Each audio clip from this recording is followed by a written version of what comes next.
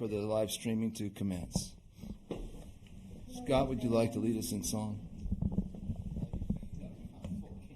Chris, are we having the swimming thing at the the movie, or is it going to be in the pool or on the ground? It's at the pool. It'll be But do we need to, can we get in the pool though? Yeah, you can get in the pool. Okay, I didn't know Yeah, that would you help. get in the pool.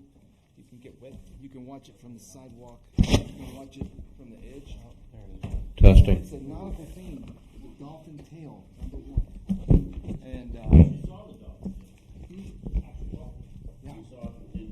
Did you? Really? Yeah. Cheerios. I have some at home.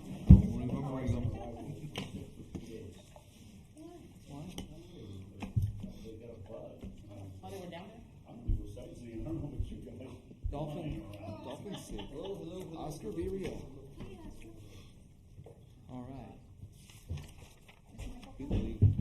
Johnny didn't know.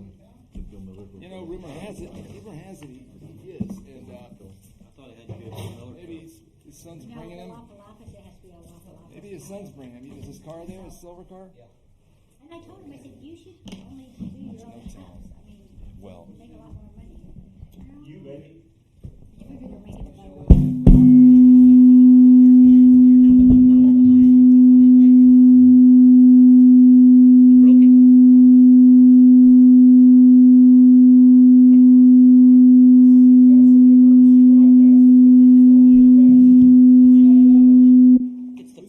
Who's complaining that they can't hear us?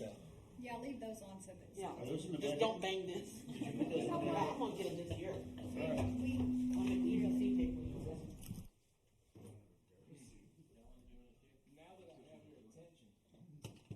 Yeah.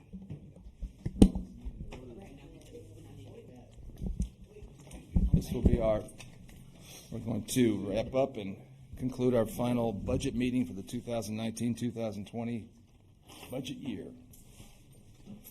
Where were we? Went over the summary. Pardon? Johnny, would you aim a microphone at Scott so we can all hear what he has to say? Thank you. It's the red line. Okay. Please share. What do you mean to say? You were speaking something I couldn't hear or make out what you said, so I was just. No, I was just talking to Johnny. Private conversation. Oh. All right. I didn't put it at 5:30, so I thought we had to. We're good. Well, I saw Councilman Allen's way in, so. Here he is. Now we can start. Oh, good, you got those goodies. I was reading Scott Bailey's email. Oh, Oh, nice. so you checked those, huh? You're reading Scott Bailey's emails? How do you feel about that? He's reading your emails. You sent the email. Right. What the hell's going on here? All right.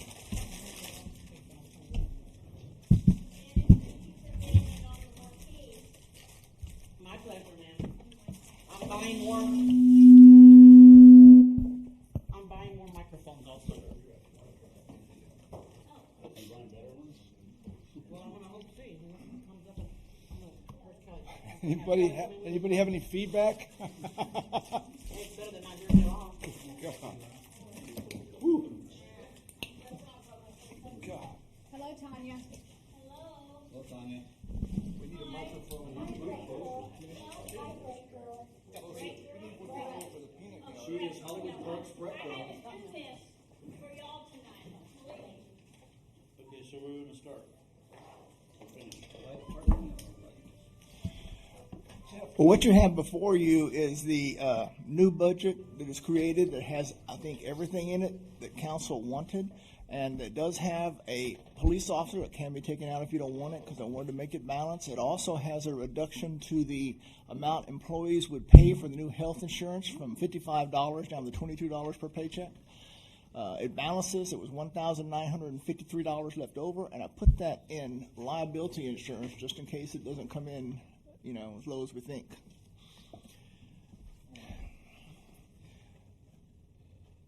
The economic development items I put in there that were only the ones that were approved the other night, and even though there was an error made on the amount between the police and fires. The fire stuff is still in there, okay?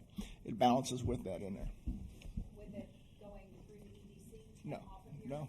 It balances with those things? Yes, now the police one, you know, the $30,000 I put against the 2 police items, which leaves 400 or 500 left. The bunker gear and all of that was not approved. Well, it wasn't approved. It was a mistake by the EDC, but it's in here, but without EDC's reduction, so it's covered without you having to go to EDC unless you want to. Want to, I guess, yeah. Absolutely. Okay, so it was mentioned at the EDC, right, and they just didn't vote on it right or something? Yeah, they voted to put $30,000 against it, and the total was $54,000. That was my mistake. It wasn't a total on the agenda. Oh, and you told them 30, you thought it was And 30. I thought I remembered the 2 groups of items totaling 30,400, but that was the one that was pinned for the prior, so. So then we go back to them and ask them for the other 20? I thought the way it was No, voted on. because in the Ryan said that meeting- he had spoken to, Yeah. Mr. Drury, and that he just has to adjust the ordinance because it was implied that what the amount was, and Mr. Drury agreed. He was gonna amend the So, ordinance to match the items that were gonna be purchased. So They once, agreed on the item, Yes. and just so, give them the wrong one. once Ryan does that ordinance, draft, I'll send it to all of you so that way you can see it. Yeah, so it'll work out. But it's here in the meantime. It is not, the EDC part is not in there. The items are in there that the EDC was going to pay for, the extra ones. They're in here, but the EDC is not against it. So if it comes and EDC passes it, you'll have that extra money coming through. Also, the changes I made in the budget where I took out the revenues for Voight and the swimming pool because they're going to go to the venue fund. I also took out the expenses on the other side in parks. It was basically a wash. And I also adjusted the benefits and all in public works because half of the salaries go to venue fund, but the benefits don't. So when I put it in the system, when I actually put it in the payroll system, all 50% will go. That was adjusted. The one employee we were going to put completely in venue, I didn't need to do that, so I brought it back at 50-50 because I was concerned about putting somebody in a tax fund that's restricted that really wasn't going to work there all the time. So the employee is in public works, half there, half in. So everything's covered. Also, I brought back half of the amount. The building code official was half in the venue, and it's not supposed to be there, so I brought that half back. The code inspector. Yeah, well, half of his salary was going to venue. Okay, now, I have a question on the, Oh, and $1,000 for the Christmas party. okay, Bring your so on the police salaries, I thought that these were calculated on a 12-hour shift. Is that correct? So. They're calculated 84 hours per person. It could be any kind of shift. He's going to run a 12-hour shift, he says, but he could run any shift. This is based on 84 hours. This of is based on, okay. Yes. But I thought we were not gonna do the 12-hour shift.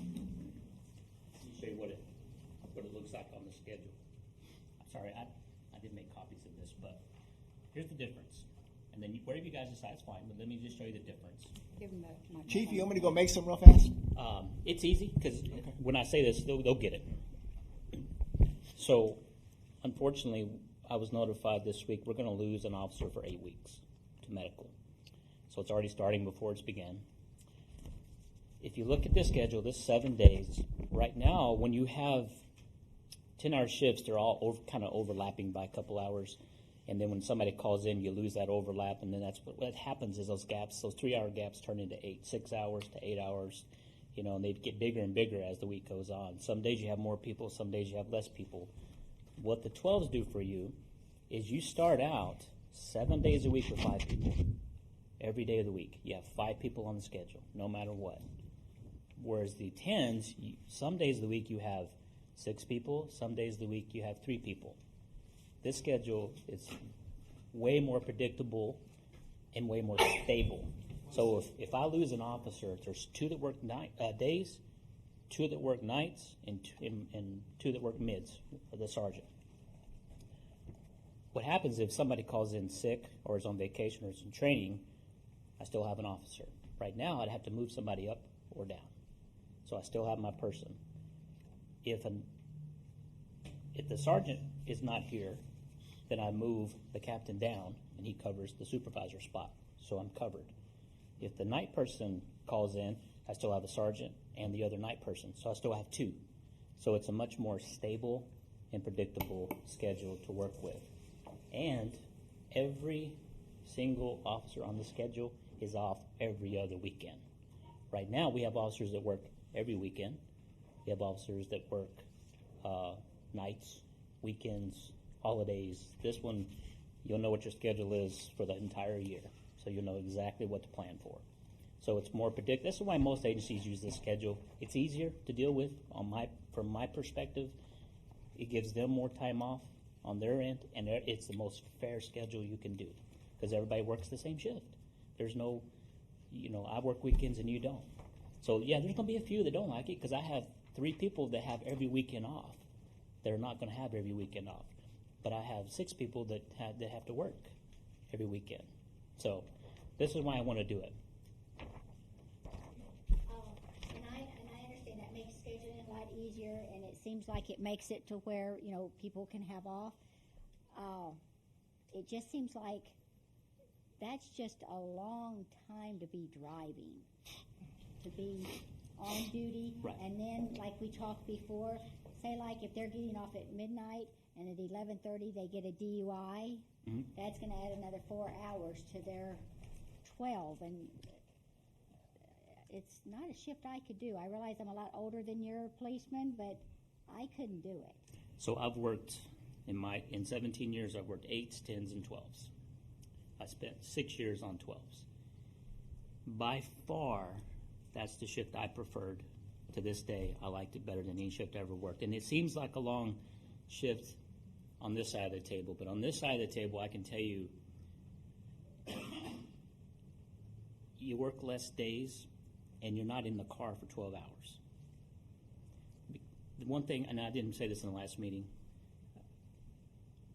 you see the calls and you think, okay, we had 4,000 calls. Well, what the part you don't see is that our calls are not get there, leave, get there, leave. A lot of Johnny's calls are respond, stabilize, turn over to EMS, go back to the station for the next call. Our calls, we're there for sometimes hours. So they're not driving around for 12 hours, I guess is the point I'm trying to make. There's lots of activity that keeps them busy. The last 2 hours of that shift is When I report said writing. driving around, I didn't mean like having nothing to do, just driving around looking for it. I mean, Right. I'm with you. it's kind of like Johnny's group. They work a long shift, but they can take a nap or they can Sure. Yep. relax or something. Where your guys are always on key. You bet. Going. You bet. So we're not reinventing it here in Hollywood Park. It's industry standard. So just know that I'm not creating something that a lot of other people aren't doing. So it's not unheard of or new or, oh my gosh, you're going to put us out here for 12 hours. It's kind of the standard. We're just not doing it here. And I'd like to do it here because it will better serve what we're trying to accomplish. This will kind of eliminate some of those laps Absolutely. in the evening. Absolutely. Different schedule formats fit better with different size municipalities and the number of crime enforcement people they need all at a single time. I can't remember. I think you pointed out, is it Chavano Park or Olmos Park or maybe both, or it might have been Terrell Hills, but they have a relatively similar population and a similar need for coverage, and they like this system. They are comfortable with it. You bet. And that seems important to me. Yeah, and there's research papers done on this. At Command College, when I went to Command College, the chief, you can pick a topic, and what you do is you do research, and it gets published for the benefit of all other police chiefs in Texas, and it's called LEMIT, Leadership Management Institute of Texas. And there's white papers on the benefits of working 8s, 10s, and 12s. If you do a little research, you'll see that the 12s offer the best bang for the buck, especially when you have a smaller department, because it's difficult when you work 10s. You need more people than 12. Right? I mean, you just do because the way the hours fall in the day. So it's easier to manage the smaller agencies with these 12s. You have more people available each day than I do on 10s. But I can't do it without adding a person. If we don't add a person, I can't do the 12s because I don't have enough people to make it work. We would be short, so it wouldn't work. If you got another person, meaning the one that It's in the budget now. budget now. Right. another Doesn't have to be a sergeant, just a patrolman. Then the 10th would work if you If- had another person It would work, better. it'd be better, sure, yeah, it would be better.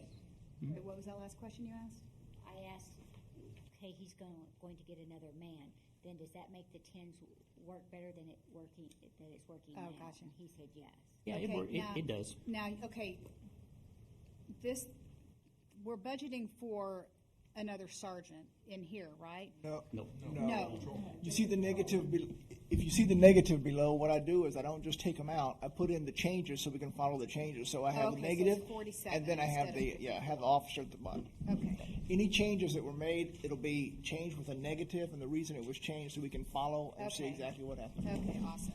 Okay, that was what I was gonna see if you could maybe use a supervisor who's here during the day, like Can. the captain or something, and, okay. I can, perfect. yes. Happy to do that. Okay, well then I have a question. When Chris mentioned Chavano, Mhm. because I've had conversations before with you in the past, Chavano has their own breathalyzers and stuff. Yes, Well, that's where you take your DWIs, otherwise you don't get them daily. Castle Hills is, Castle Hills, I'm sorry, not Sure. Chavano. That takes your officer out of Hollywood Park for an extended time, I'm guessing 2 or 3 hours? you talking about the breath machine, like we get DWI? Uh-huh. Yes, ma'am. So, would council be interested in seeing if EDC would want to do a breathalyzer where we had that here and that kept our men here in Hollywood Park and not? Let me tell you about that real fast. It's kind of, I mean, there's only a set amount of those in the state. The state will give you one for free, but currently they ran out years ago, so they don't offer them for free. But what they do offer is if you buy them, they will maintenance them for free. They will come and inspect and give you all the maintenance for free as long as you own it. They are not cheap. They are about $9,000. But here's what's happening since you brought it up. When we get a DWI, so we make the arrest in Hollywood Park. We bring them here to do our initial paperwork. Then we have to load the prisoner in the car, drive them to Castle Hills if they have an operator available. By the way, that's the other part of that. And if they don't have an operator available, then we have to drive them to downtown and wait in line. And then we have to bring them back here to finish the booking paperwork. Then we turn around and go right back to the MAG's office. It's ridiculous. It's ridiculous. So we've been lucky in that Castle Hills has been a very good team player in making sure they have an operator. But we're at their beck and call with that. So if we had one, would other people come over here and They use would come ours? here and use ours as Can we well. charge them? Typically, they don't. We would, Until it pays for itself? right, So, we would be the only one that would do it. Okay. so if you have one in that aspect, what she asked, does that still take time away? Do you have to have somebody here manning it?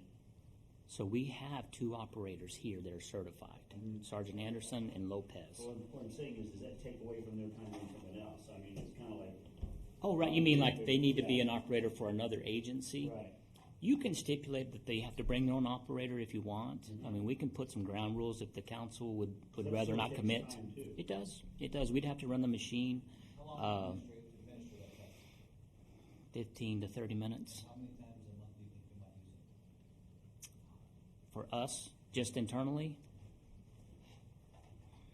6 to 12. I thought I recalled that the maintenance and the upkeep on them and the calibration that's required isn't really inexpensive, but it's required, and is it like $1,500 a year or something? But you said that they We pay don't, for it? right, the DPS will service it for DPS will free. service, they'll maintain it. If we buy it, And the calibration, they do all that for free.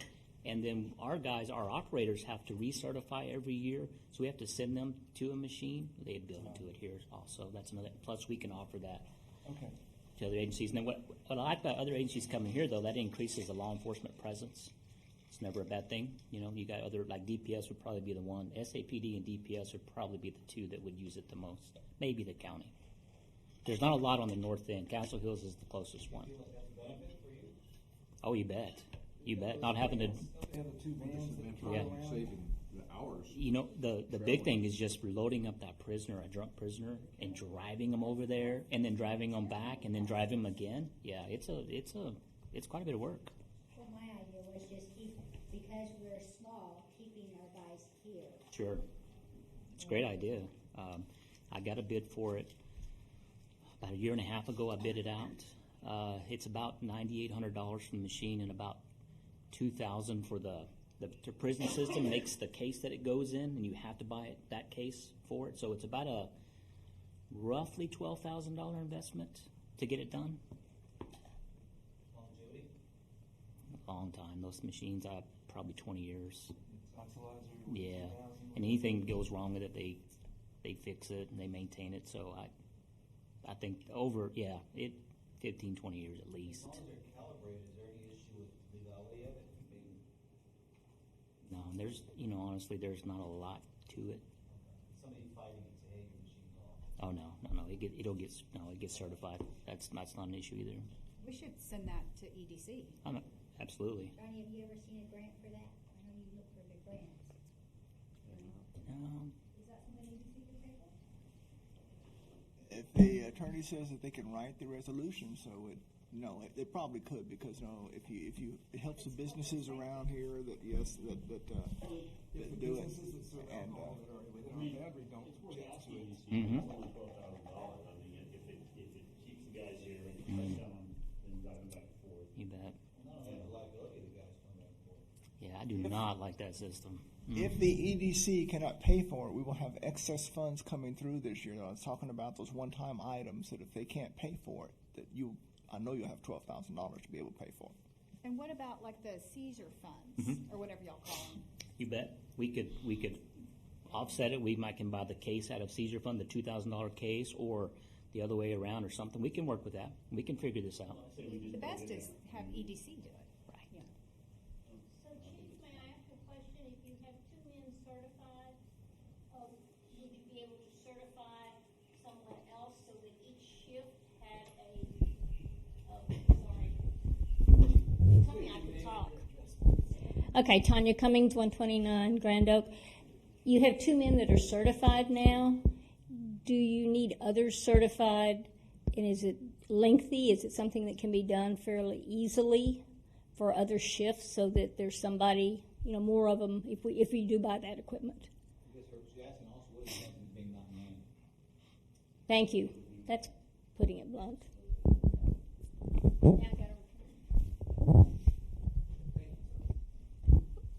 Listen, I'll just make it real simple. If the town, whether it be the EDC or the council or seizure fund, commit to that expense, I would absolutely 100% commit to make sure that it is manned sufficiently. The class itself is not an easy class. It's a week long, but my plan would be to have all of our guys certified. So no matter who's on duty, no matter what the occasion is, we have a certified operator. So we would make sure you have plenty of those around. Yeah, absolutely. Absolutely. So, right. The reason you only have a couple, this is the way it used to work. Well, it still works this way. DPS, when you took that certification, they gave you a key, and that key was the key to the lock of the machine. And they only give you X amount of keys depending on how many people you have in your department. As an example, when I was a lieutenant over patrolling the county, had 44 patrolmen, had 3 keys. That's it. And then, of course, all the troopers have a key. So if we own the machine, we can have as many operators as we want. And then if we want to give keys out, we can. I prefer that we administer the test. It's our machine. But all of them, get them all certified if I You can. have to order the machine, or does it Yes. take a long time to get? I don't know how long it takes, but I would imagine we can get it pretty quick. Yeah, there's the company that sells it to DPS is the same company you order it from. And I think we can probably get it in less than 30 days, probably. Wait, Chief, can I ask you, why Yes, ma'am. are there so many vacant spots on this calendar? Are we short? You know what? I think On this one. which one is that, This is ma'am? the one that we got last night. It's the July. Is it Monday, Tuesday, Wednesday? And there's a hole there, and there's it green. Well, all the yellow ones are. Those are the- where they're not covered. That's right. And so is that because we have people out out on long-term leave or, Most of the, if you see yellow, what yellow is the gap. but that's what I'm saying. Why do we have so many gaps? Is it because we have, I know you said it was a bad year. We had three Sure, yeah. people out Yeah. for long-term outages, right? Yes, ma'am. Is that why it's like that? On the July schedule, we were missing one. We had Lopez out for military. So 1 out of 7. One puts that many gaps in it? Yes, ma'am. When you have staggering like that, and then we have to move somebody that was filling another hole, we have to move that person into the open slot. Like I remember I said how you take one out, those gaps start getting bigger. That's what happens. Right there is a great example. If I miss one person, those gaps get bigger. And I was missing 3 at one time. I mean, I was working, I'm not above it, but I was working patrol, and Sam was working patrol, and we were denying leave. That's because you just don't have enough bodies to do it. So with the 12, you wouldn't have the yellow. There would be no gaps. My biggest concerns were shift 2 and shift 5. Yep. Those long ones. 2 is usually the biggest one because when you're full, you have a shift 1 and a shift 2. Now there's a staggered. One comes at I think 6 in the morning. One comes at 9. Well, what happens is when you lose the shift 1, you move the shift 2 up. Now you have nobody at 2 and nobody at 3. You don't have anybody coming in until 3 p.m. So now you have a person here like 8 hours by themselves. Except during Yeah. the day, during the week, y'all. So y'all, I mean, they do have backup from 8 to 5 Monday. they through do, Friday. and I wanted to clarify something with you since we've talked about that last week. So Frances is an 8 to 5, right? She's an admin type. So I have the captain working 9 to 6. I want him here later with the sergeants. I work, try to be 8 to 5. It fluctuates so dang much. Clint works 12 to 8. Robert works 7 to 4. So they're not really here 8 to 5 per se. Now, I mean this, and I mean it respectfully. Take the 2 detectives out of this equation. They are not suited up for patrol. They're not logged into a patrol car. They are scattered through they're going to the DA. They go to the crime lab in Austin. They're in the property room. They're interviewing suspects. They're getting video from Valero on a theft case. I mean, they are super busy. So I don't normally have them listening to the radio for backup because they're just way too busy. So that leaves just me and the captain here. So yes, the captain will fill in gaps on the day shift if we need to. So yes, and I can be provided backup as well. That's why I do animal control calls so much, because the guys are busy. I'm the only one to do it. So just so y'all understand how the pecking order goes during the daytime. The weekend and nights are typically my hardest time. That's why you see on these schedules when they're full, there's a lot of people on the schedule for a weekend, because that's the days that most people want off.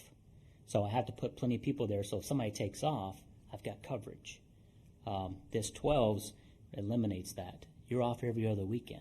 And even if I do lose somebody on a weekend, I still have 4 people working that day.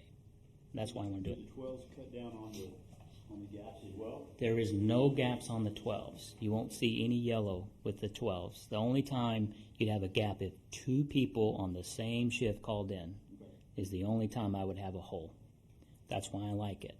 And if that happened, the captain would move in, and I'd just have 1 person there. But That graph or whatever is based on a 10-hour? yes, sir. That's what 10s look like, and they're hard to manage. Okay, well, Makes sense? I'm in favor, okay, you've talked me into the 12-hour shift and the extra person. What do y'all think?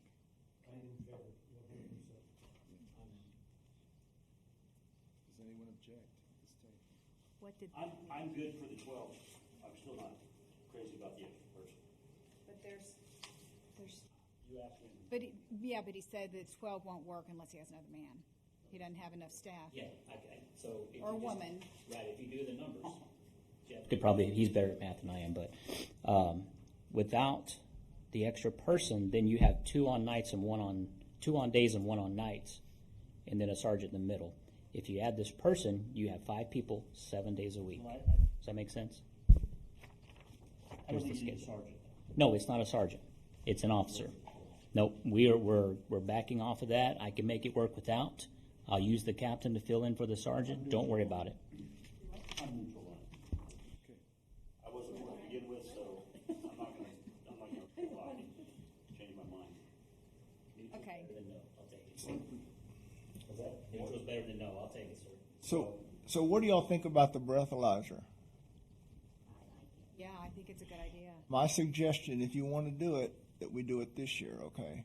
So funds, I'm absolutely sure they'll have excess to be for that, and what we'd be doing is letting them flow down and then buy them. So if you want to do it and he can get it in fast enough, I suggest you do it this year. If it comes in after September 30th, no matter what happens, it's in next year. So we'd have to order it and get it done. Now, you don't have to have a budget amendment or anything because your bottom expenditures, you're not going to be over budget, and that's the main requirement. But you will have the money if you want to do it this year, but you just have to decide. Now, in that same vein, what about the street machine? I thought that we were going to try to do that. That was done by the, what? Machine's supposed to be, all it needs to be, Yeah. get in front of council, have them vote on the appropriation for the funds. Let's not get ahead of ourselves there. We're still working on the police thing. We'll get to that in a minute. Right, but I just don't want to lose the thought because it's the same concept It- of police. But I thought it was. Okay, you're going to have enough money to fund both of them, okay? But it's the time. The timing. The timing is the problem. That street I've got machine, timing taken care of. he's having that come in before September 30th, okay? The breathalyzer, I don't know how long it takes. I mean, it may not be near as long. They may have those readily there. Does it take a month to get them or anything? I don't think so. I think if you say yes, I'll get on it first thing in the morning and let you know if I'm not going to be able to pull it off. And you won't have to have a budget amendment by council or something. You saying, that you will approve would be fine because you're not going to go over expenditures. Bottom line, that's what you can't do. You're overall. And you'll be able to get that this year, which would be the same thing as waiting till the money comes through and do it, except you wind up with a negative. People don't like the negative, even though it's the same thing. The extra guy, 47? is that a patrolman? Yes. Yes. That's 84 hours patrolman. In the budget, I actually have the 54 I have the 54,000. I have a negative in there for the sergeant, and then below I have the one for the officer. That's the starting salary now. 46, On 420. the 12-hour shift, you're basically getting a $1,800 raise each man. We're working more hours. Yes. Well, that's not overtime. It's just straight time because we can work up to 86 before we go to overtime. How does It's that affect your overtime? I don't, can't Well, do that's what I'm saying. Does the overtime stay the same with an extra guy and a 12-hour shift? Or shouldn't that go down? So our overtime's a little different. We only have like $3,200 for overtime. Okay. The other one's overtime Well, step. They come in on their day off. Is It's that right? 32,500, and most of that, $20,000 is reimbursed. So he's only really got about $12,000 in there overtime for the normal. Now the other part is the step, which is overtime, but that's separated in there, showing at $30,000 the step pay. Your question is, will we reduce that by having the extra patrolman? Right. I'm hoping that, if you're getting Yeah. another guy Yeah. and more hours and more money for these guys, Yeah. basically what you're doing is you're adding another guy and an $1,800 raise for just about everybody Right. on there. Yes, sir. That's a big ask. Yes, sir. So, Yep. I completely understand that, Mr. Bailey. And because didn't you get another guy last year too? 2 years ago, we added a detective. So, I mean, this is the most you've ever had. Yes, sir. It is. I just want to be clear on that. Sure. I don't want to put my foot in my mouth about overtime because it's extremely difficult to predict overtime with officers because you could get a DWI 84 now. I can be more conscious and try to flex them so that we're not getting into overtime. I'd have to work hard at managing that for you if you want to reduce any of the overtime, but we don't really have a lot of overtime. Most of our overtime is coming in off duty overtime, like for step, and then our DEA guy we get reimbursed. It shows as an expense here, but it gets reimbursed. It just doesn't reflect it that way. So I don't really have a lot of overtime. Okay. I think we were sitting less than $10,000 a year for overtime. Okay.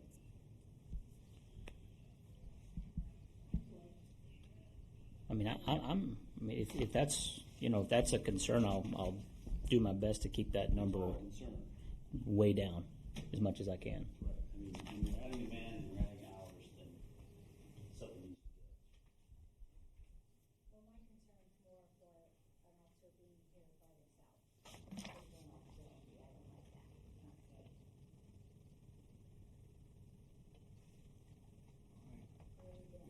forward, and we got the police department handled. Well, actually, can I ask you about that, please? Sorry. What's the deal where y'all have to charge up your cars all the time, like the firemen do? They've got computers and stuff, and they go dead, and so the officers are having to wait a while before they can take off in the cars because they're having to jump start them and everything, or, You know, I'm sorry I keep doing this to you. that's okay. No, it's these are those challenges I know the council don't see that we deal with, right, on the daily basis. And there's fixes to these things. I know the fire department has this in their area. They got it done. Was it last year, Johnny? You guys got that done, the Kuzma thing? And Kelly and I have talked about it this year, how to get it on our side. You know, it's called Kuzma, right? That's the system, Kuzma. And all it is you install a plug on the side of a vehicle, emergency vehicle, and it has an outlet, and you just plug into the side of your car, and it keeps your car charged while it's not running, because all that emergency equipment draws on the battery. So if it sits for more than 3 or 4 hours, it won't start. So you can go out there right now. There's probably a hood up on a patrol car with charger on it. So it's just and it automatically ejects that plug when you start the car, so that you don't forget to unplug it before you leave. So it's not a new technology. It's called Kuzma. There's equipment it's a little box you have to buy for each car, and then put a little plug on the side of the vehicle. I don't know what the cost of those are. I think It's about $700 a unit, I think. so. That'd be about what? I don't know, about $4,000, I guess, if that's. For the units, and then probably another 1,500 for me to wire everything. Install everything. Run all the conduit and. Yeah. Run the circuit. I did it all for fire department. Yeah, then the installation on the vehicle too, I don't remember what they I charged don't remember what for that. Southwest did that on that, but if you'd like to come see it in action, you could go to the fire department. They have it installed, and we need to look at that before too long. So y'all are sitting out there and then you have a dead battery? No, not when they're driving. It's after, like when they pull in to come in to do reports, and if it's not running for a couple hours, the car will not So they're start. charging up out here while they're. Yeah, right. Is it like a golf cart? Well, it's not like an electric vehicle where you're charging the battery. It's keeping the battery maintained at a level to where you can start the vehicle. Yeah, it's like a trickle charge, I guess, but But all the equipment is still staying on while it's parked there? correct. Yeah, it has to. I pull up, the car camera has to download. CAD. The radios, the CAD's a computers big have to stay on, or they get a call, and they'll take off, and everything's trying to boot up while they're trying to do, so they can't shut it down. It's one of those challenges. But, I'm not asking for this. I didn't put it in the budget. I like the way you look at me when Okay. you say that. I could. Well, you're getting a car, I a heard guy, you. I more heard money. I mean, what? I heard that part, so make sure you know that I'm not presenting this to the council for consideration. I was asked a question, so I'm just answering.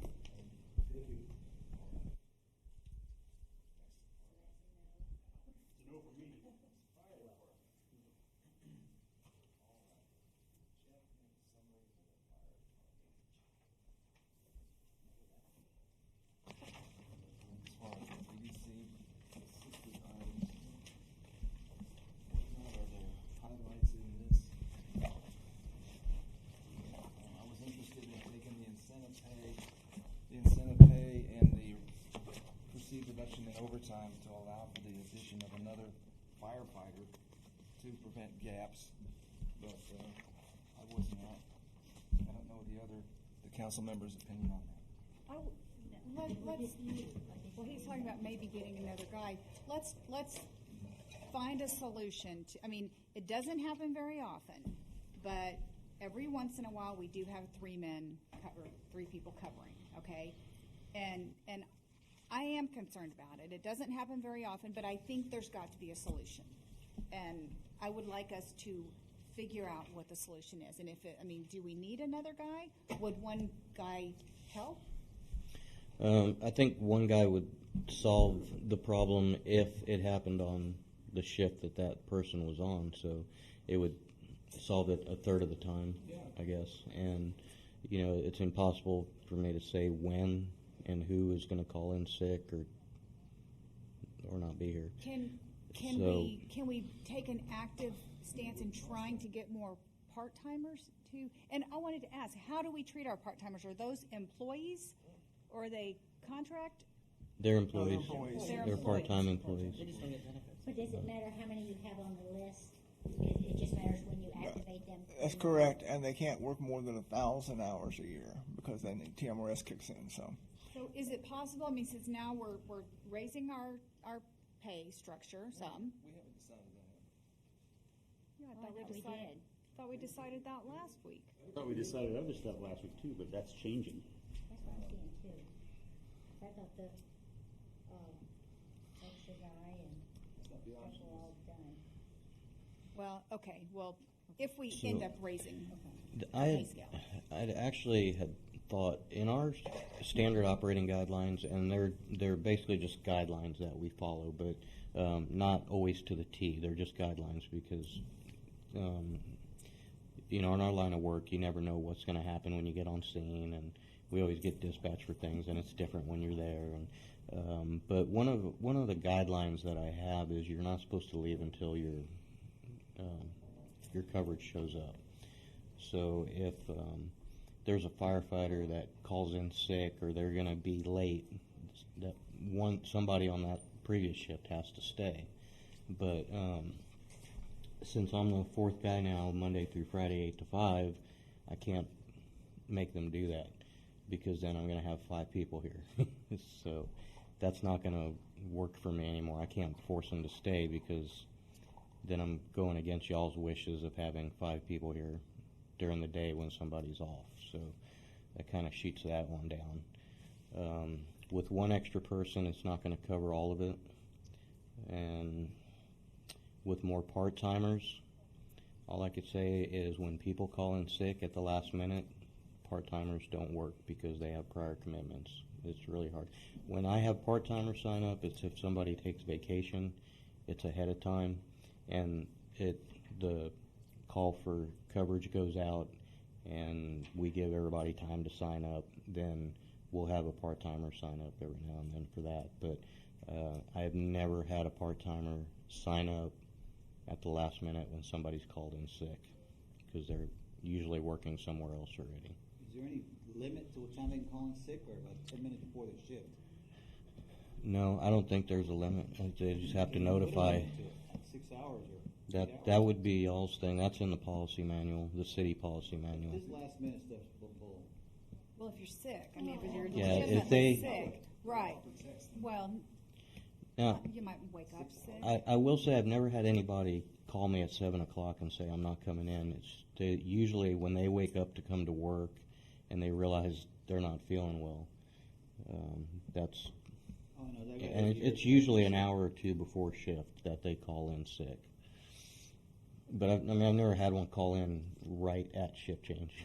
It's always been within an hour or two before. And even like when we're calling part-timers, even if we tell them, you know, I don't even need you for the whole time. You know, if you can come in when you can, at least we have part of it covered. So this is how it works. If someone calls in sick, I get on our schedule program and I'll put that there's an open shift from this time to this time. And that alert goes out to everybody, full-timers, part-timers, everybody that works for the fire department gets that on their phone, on their computer, whatever. You know, they'll get a text that there's an open shift and they can pull up the program on their phone and sign up for the shift. So everyone is notified that there's an open shift. I can't make them work. No, but So- what I'm saying is, can you advertise it that it's, you know, 24 hours or whatever portion of that you can work, and then maybe someone can come in for 8, and maybe someone else can come in. Yes, for 8. and I have had people call and say, hey, I can come in at 10 o'clock. I can't be there at 7, but I can come in at 10. And I would tell them, that's fine. You can do that. So if we put But- it out like that when we send the alert, you know, We can, but I've cut down on all that because I don't bring anybody in until 5 o'clock now. So let me ask you this, John. If, say like if someone called in sick, can you actually make someone stay stay?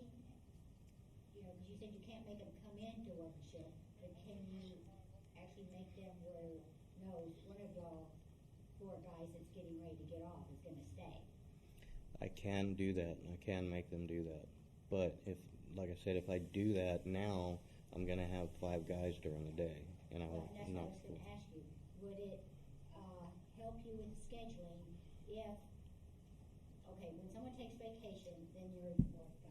If Right. someone calls in sick at the last minute, then you could get one of them to stay the whole shift, and then you have 5 guys, But I'm supposed to be the 4th guy, so why would I make them stay?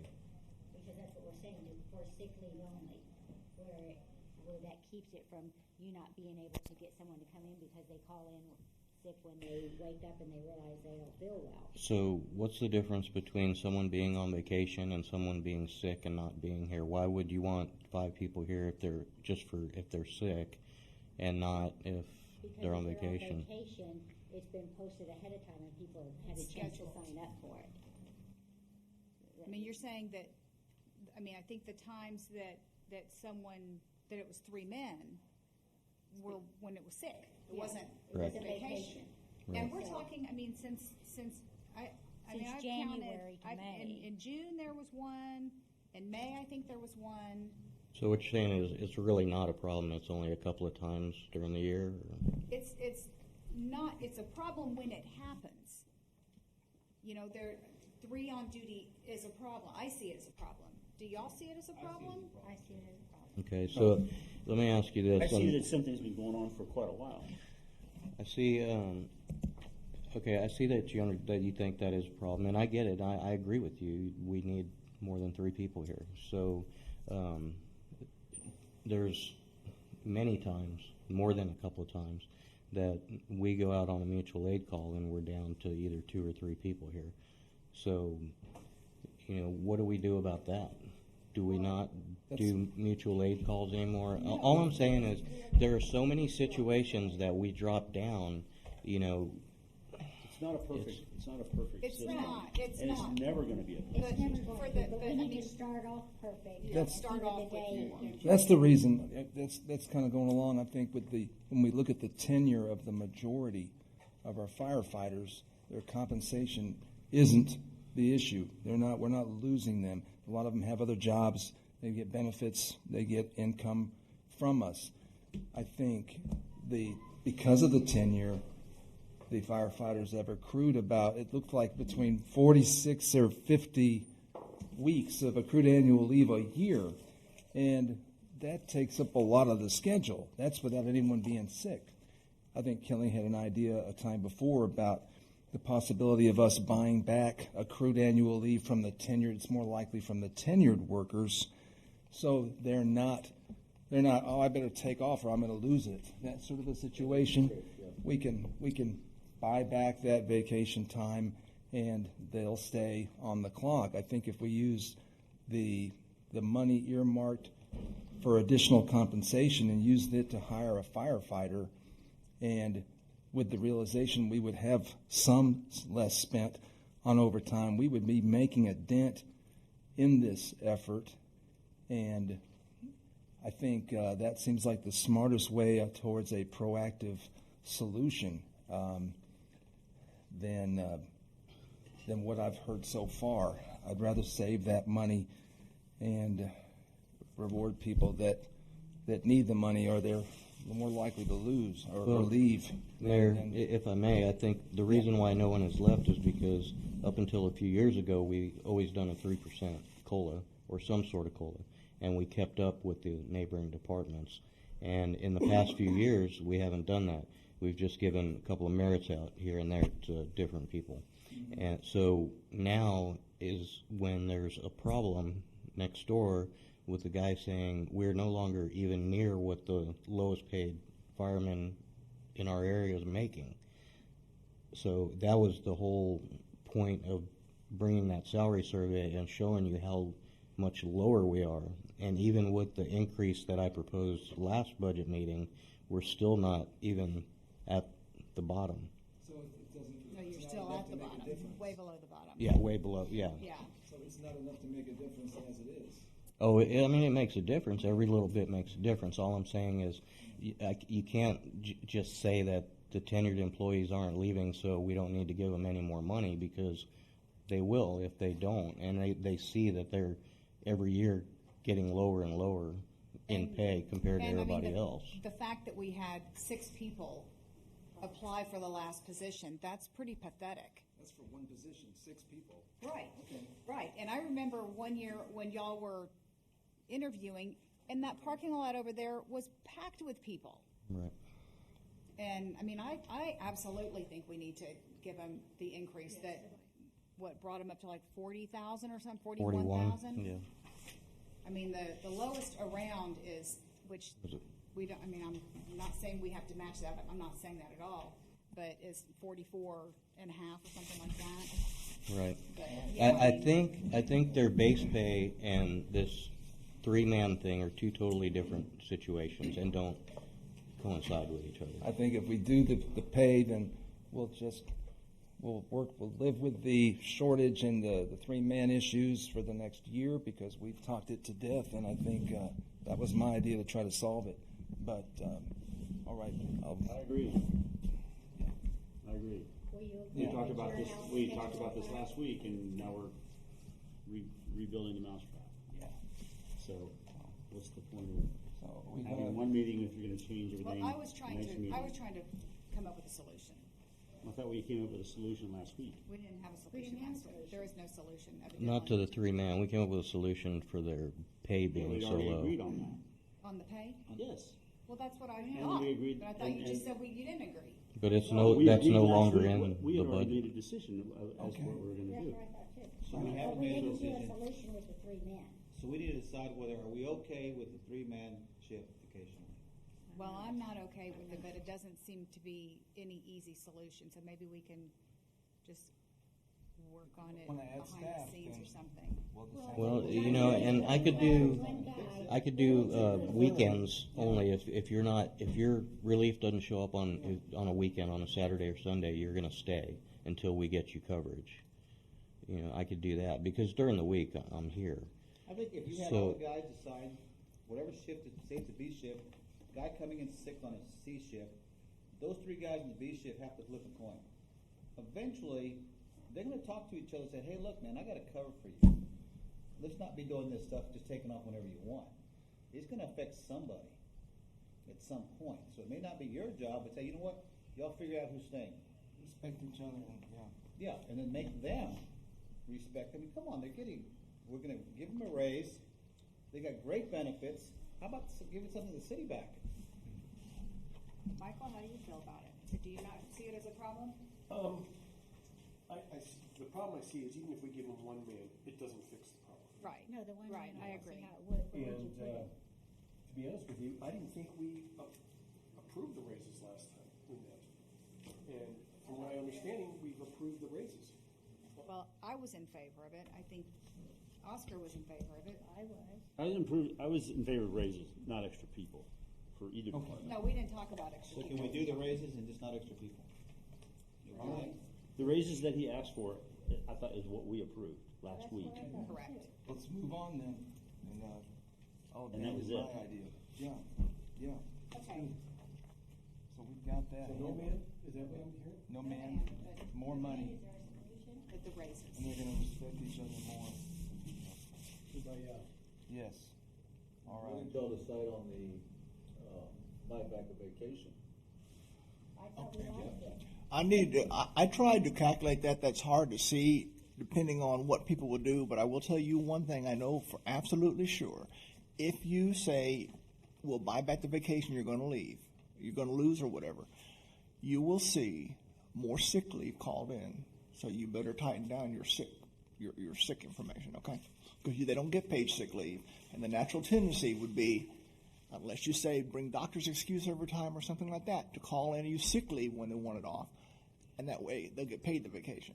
Are we talking about tenured employees or everybody? And what do you consider a tenured employee? We all have user leaves. Yes, that's what we're talking about. Qualified to a limit. It's whatever they would lose that they can't carry over to the next year, right? where people aren't taking 3 Well, right now, there's only certain ones that do it, and like last year in Public Works, it was one, which is fine. They know it, and I didn't see many in fire, or police, or ones like that. But I'm telling you, if you say we're going to buy back extra vacation, what you're going to see is more extra vacation than you've ever seen before, and people calling in with sick leave. So you're going to put in a very strict sick leave policy that says you have to go to the doctor, or you're going to wind up with the same amount of time, and you're going to be paying for vacation too. I think you had to give 24-hour notice for sick leave. You can't. What you can do though is, if anybody goes out sick and does it repetitively, Sick leave in 8 years. I don't get it. Mr. Here's the way most cities do it. If somebody calls in sick and uses it excessively, you can require a doctor's note. Okay, and with the new insurance, that means they actually have to pay to go get a doctor's note. Well, now they don't, which a lot of them will not call in sick unless they're really sick, because they don't want to pay the copay to go in and get a doctor's note. But that's the way you do it, and you can't just do it arbitrarily unless you do everybody. You can do everybody, or you can do stuff based on a tendency when you see a repetitive habit. Yeah. Based on- Doesn't the policy, the city policy manual, 3 days. it's After the 3 days. is it 3 days or 2 days? 3 days. It's 3 days, and that's the best off. Even though you're not covered by FMLA, that's based off the FMLA. Because 3 days they're automatically under FMLA, automatically on FMLA, no matter what. Personally, my department, and then my guys know this, if you're out more than 2 days, I require a doctor's note. You have the right to do that in there as a supervisor. If you suspect anything, you can require a doctor's note. I did 3 days. We had an employee that we thought was abusing it, so I think we're okay. Yeah, I mean, I think, honestly, my personal opinion, department heads run their departments, if I've got a guy that I feel like abusing it, I'm gonna be on. Because it kills my department. Why don't the two of you look at the impact it might have if it were implemented, knowing your employees, I don't know, and see if it would help resolve gaps, or if it would end up creating gaps. I mean, from what I'm understanding, if it's gonna create sick leave versus vacation leave, it sounds like it'll cost us more. Yeah, that's more of a number crunching thing in my eyes.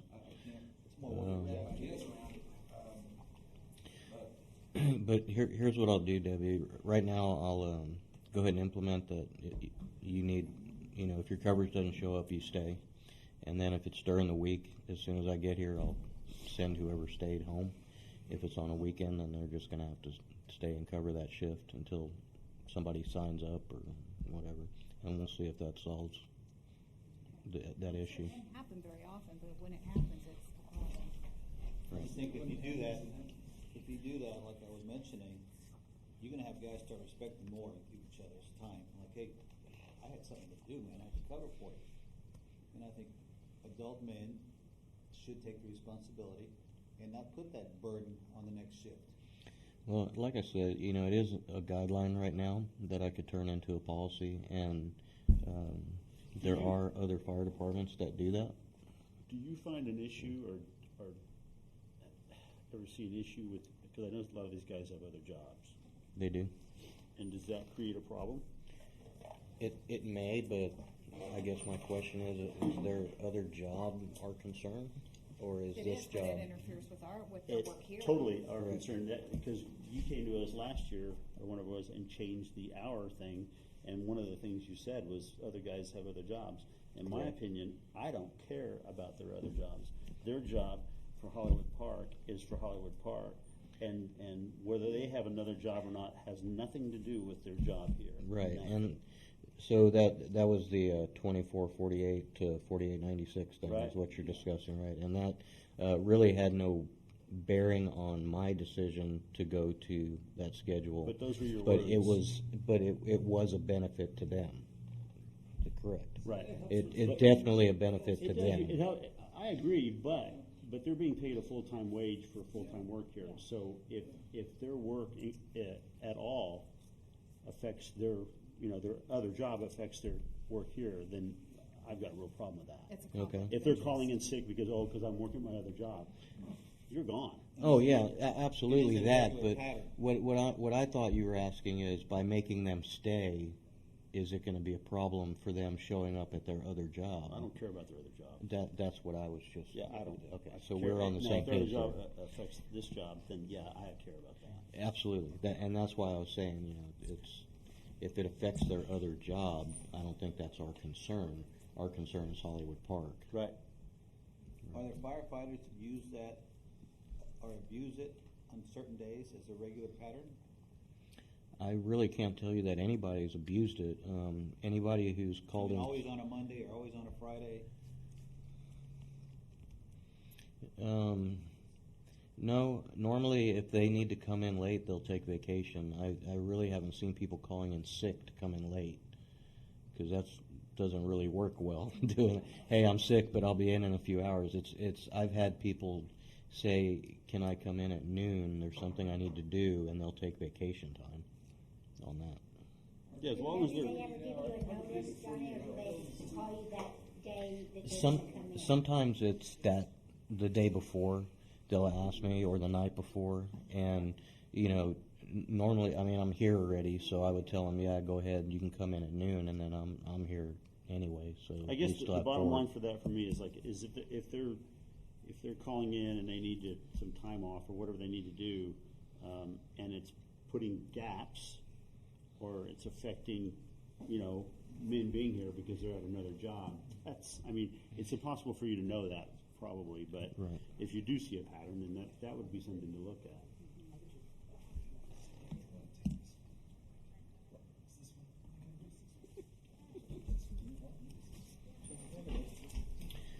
So I will try that, making people just stay if their coverage doesn't show up, and we'll see where that takes us, and I don't know see if if it try's happens gonna again. work. If what's I gonna? don't know if trying is gonna work. Okay, well, I will make them stay.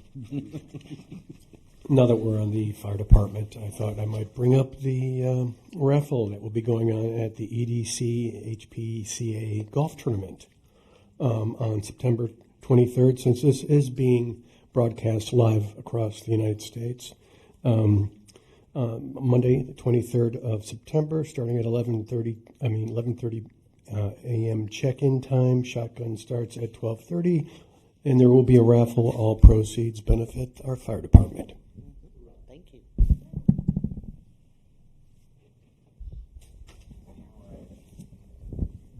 Concluded our discussion regarding the fire department. So they're getting the raise, no firefighter. Correct. So that's going to go back in? It's already in here, isn't it? Apparently, yes. No, it's not. This is the original one I put in with 3. Okay, No, but the additional you salaries. look at the and bottom, the $30,000. I wasn't gonna At the bottom. unless they did it. Plus the holiday pay was not $7,800, it's $19,000. That's also in there, okay? Got 10, but it needs to be 9 more. All right. Now, that having been said, we're going to go down to the Public Works. Kelly. I guess, Jeff, are there key issues or differences that were worked into the Public Works? The biggest differences in Public Works, let me go back to it here, was I moved back, I didn't move the employee entirely to the venue fund because I had concerns about having a fund that is restricted tax fund, having a person work there, saying they work there full-time when they're really, it'll be 50-50. So what I did was put that back in to where it is here. Code enforcement had $15,600, where half of it was being charged to venue fund, and that is also brought back to where code enforcement is paid completely by general fund. Now, those items seem like a lot to come in, but by the same on the same basis, all of the FICA, the TMRS, all of the benefits, if you move half the salary over, the whole personnel should move half over. Okay, so those weren't. So what I did was cut the benefits in half, to put in here, which would match it, and those benefits go into the venue fund, which is legal since it's exactly half of what the employees are, excluding the code enforcement employee. That's all in here. That made up the difference, and with a little extra in the public works fund. So his budget's down 2%? Excuse me? His budget's down 2%? Yeah, well, yeah, but don't look at it because it's a cut cost. It's because I'm allocating it the way it should be allocated. Yeah. Okay. Yeah, Kelly. Be glad to. But that's what it is. And if you look at recreation, you'll see recreation dropped tremendously also, the recreation department after that, because I moved all of the expenses I knew that were associated with Voight Center over to the venue fund, or the pool ones. What I did, and the pool items, there's some items in here I don't know for sure. We'll see this year expenses and maybe more moved over, but I didn't know how much was actually spent on the other parks, so we'll watch that as it goes through. And maybe we'll have some extra next year because I missed some items that should have been moved over. What I missed was the obvious ones that I knew for sure were for Voight. I think I expressed the sentiment last time that I didn't think that we should pay $15 an hour for the new starting employee. What do y'all think? What was the recommended rate of pay? The $15 an hour is when I bring someone on in an entry-level position, depending on their experience level. If they have no experience, I don't start them at 15, but I want to have the room to, when they get the experience, bring them up to the pay that that experience justifies. So, like when I started Juan off at $14 an hour, he didn't get up to speed that year, so that's why this year I asked for an increase in his pay. So the $15 an hour, depending on who I get for that job, if they have no experience, then they're not getting the experience pay. And you're saying that the $15 is the experience pay? That's the going rate for an entry-level position in Public Works. I don't know, it just seems high to me, but.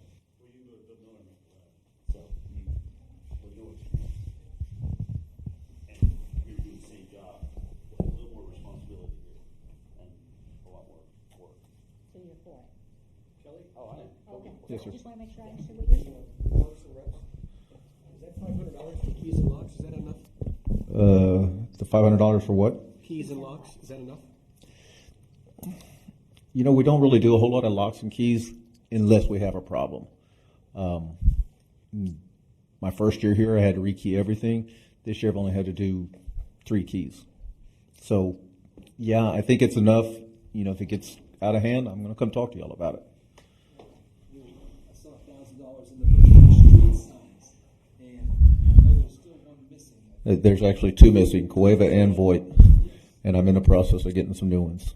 Check my garage, but Cueva is not on my garage wall. Okay.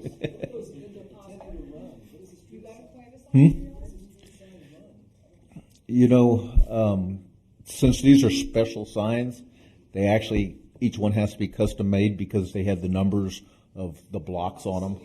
So, well, if you got better glasses, you probably could. He's printing them in the office. I really don't know exactly what the cost is right now. You should be able to afford 2.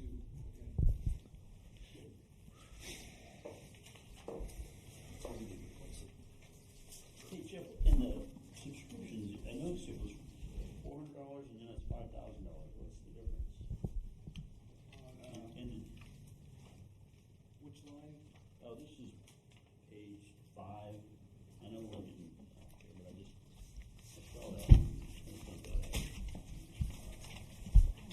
Top line. 510,352.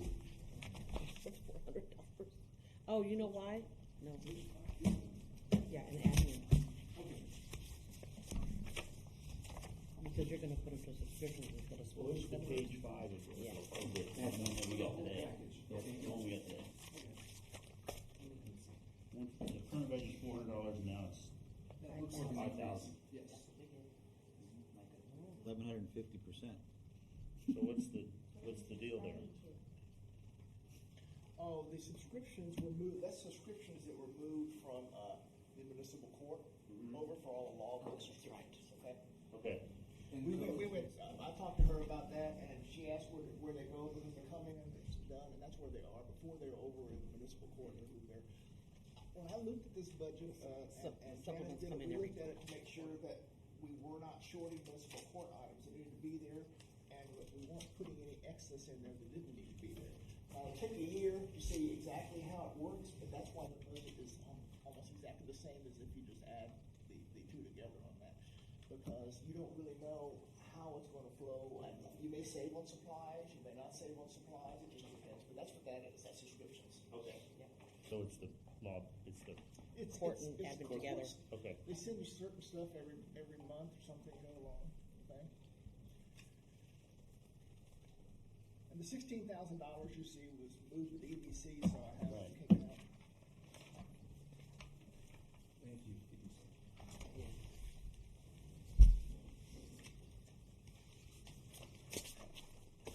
I'd like to go over, if you don't mind, after everybody's due, over the VoIP pricing. I thought I'd bring it to this meeting and then they can decide in September, if you don't mind, ma'am. It's a great idea. All right, is this a good time to talk about the crack seal machine Debbie brought up? I think it's a great idea. All right. So I actually met with Craftco today. They were doing a demo on some coal patch that they wanted me to look at, and talked to the salesman. He sent me a email this afternoon. Said once we get it approved, it takes about 2 to 3 weeks to have it delivered.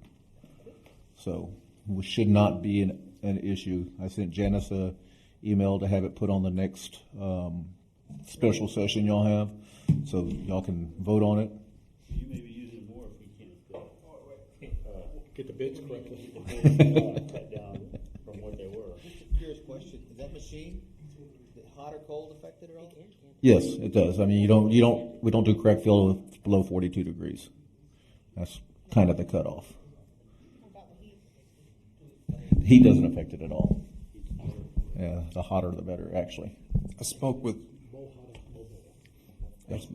Tom Wendorf this morning, and Janice was there when he came by. He was the former public works director for San Antonio and was part of the group that orchestrated and we paid to do our master street plan. Remember HNTB when they came? HNTB, and he was hugely in favor of us having that equipment to sustain and repair and extend the life of our streets. And he had some excellent ideas of ways we can exercise some leverage with other parties, other companies, and gave me some names of people to talk to.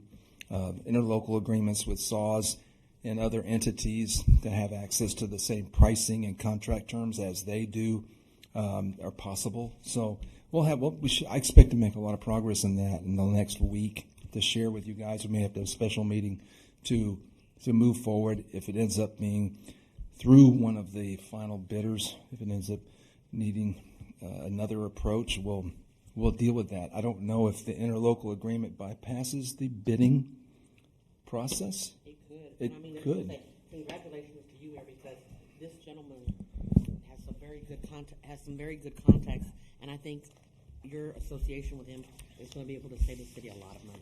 What was his thought on the increase? Shocked. He was shocked, and he was surprised by the bidders. He was surprised by the bidders. Some are bidders.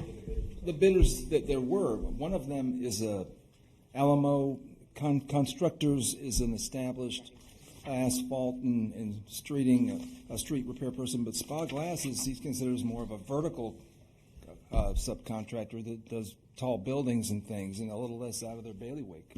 So he was surprised that they were involved. He said it's a constant struggle for a small municipality to have the timing, it comes into a timing and luck to have enough work to be of interest because of the mobility. And the mobility may still be the variable with getting approved contracting from an interlocal agreement provider, because there may be an additional separate one-time cost to get all the gear here to do the work. That's a big part of the problem with this type of work, and is the mobilization. They'll have to have it, but it's not a long-term job. It's a 6 to 8 week job, start to finish. And so I think I felt a lot better after my meeting with him this morning going forward, and I hope to have some great information to share. Thank you.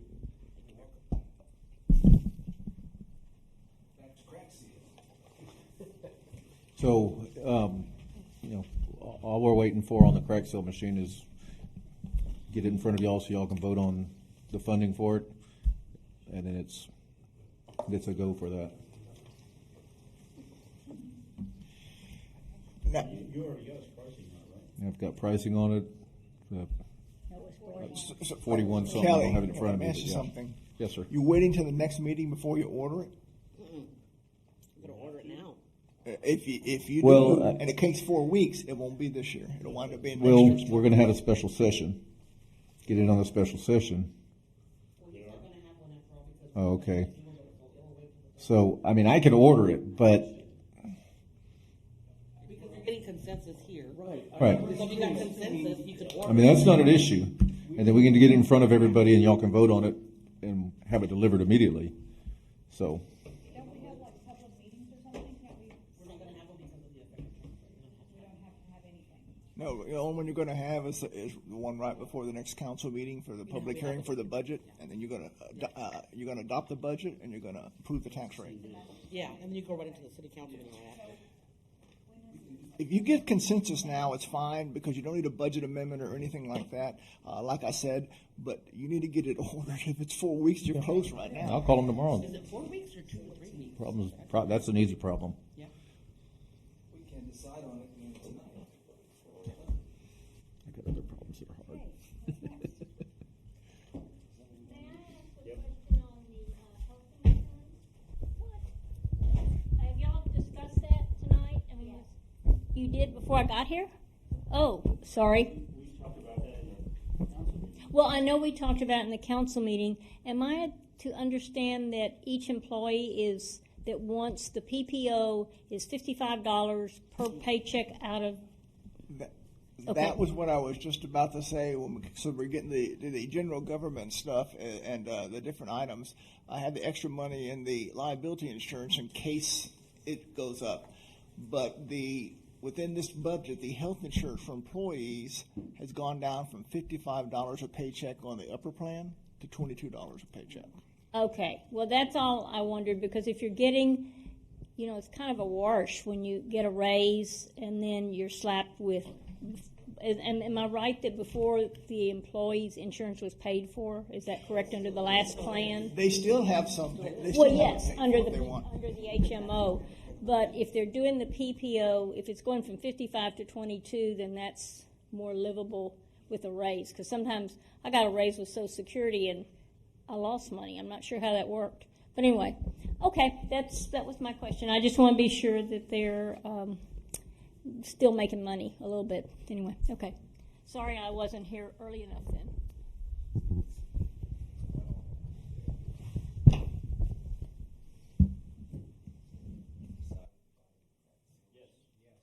It's a go. All right. Any other issues to discuss regarding public works? And now, if y'all are satisfied with this budget, this will be it. I will put it up, and I will actually put out the copy that we need to put in the ordinance and items like that, and get the ordinances ready. There will be, and then right before the meeting, there will be, state law calls it a public hearing. I mean, the way y'all do it is the same, but as long as public can talk, there'll be a public hearing. There'll be 3 ordinances, one because tax increase, not because the rate went up, but because new property, so the way they worded it, you still have to put down, it's tax increase, but it says due to new property, okay, which doesn't affect anything. There'll be your budget ordinance, which will be read and you approve, and then your tax ordinance. And at that point in time, it won't take more than 20 minutes or like that. And then you go to your regular meeting, at that point in time, the budget will be done. and it cannot be changed after the public hearing unless there's emergency or something. Did we ever decide on the buyback? The buyback, you can do it if you want to, but like I said, you better tie down your sick leave. We're losing interest in that concept.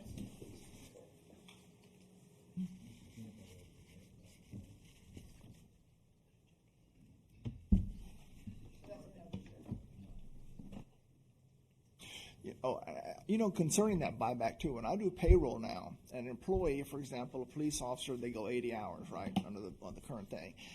And then they work an extra hour, and then they want to take a vacation, which makes 81. They can't do that because that's like paying out vacation. So another thing you have to think about is when you're buying back vacation that people leave, somebody will say, well, why can't I just do this, But you can't, because we only pay out vacation, at this point in time, at the end when somebody leaves. And so at that point in time, and they understand it now because I've talked to a lot of the employees, is that they can't extend their work week and get paid by vacation, even when they work their normal hours, when they work 80 hours or whatever it is. Now, the step plan for police and the step plan and the bailiff don't count toward those hours. But I've had some, and there's some that accidentally do it. It's 2 or 3 or 4 hours or whatever. But you have to hold to that because you're not supposed to be able to extend your work week by your benefit. The benefit is for there when you don't work. But if you work your normal hours and you've got your normal pay, you shouldn't be able to extend it with vacation or sick leave, either one. Well said. So any more questions on it? Everybody satisfied with it? It balances. and Everybody in favor?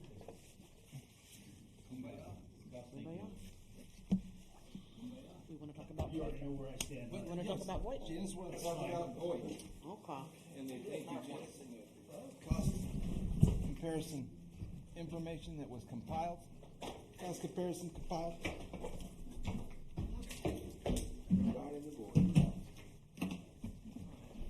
I wrote in my notes. In the meeting, it seemed like we were about half as much as we are. The non-resident. I'm on microphone. And then did we decide on that, on the breathalyzer, we're gonna do that with this year's funds and not gonna. you can if you, all you'll have to do is say it's, make a consensus for it, and I'll do it because it'll be in there that that it's a consensus. Thank you.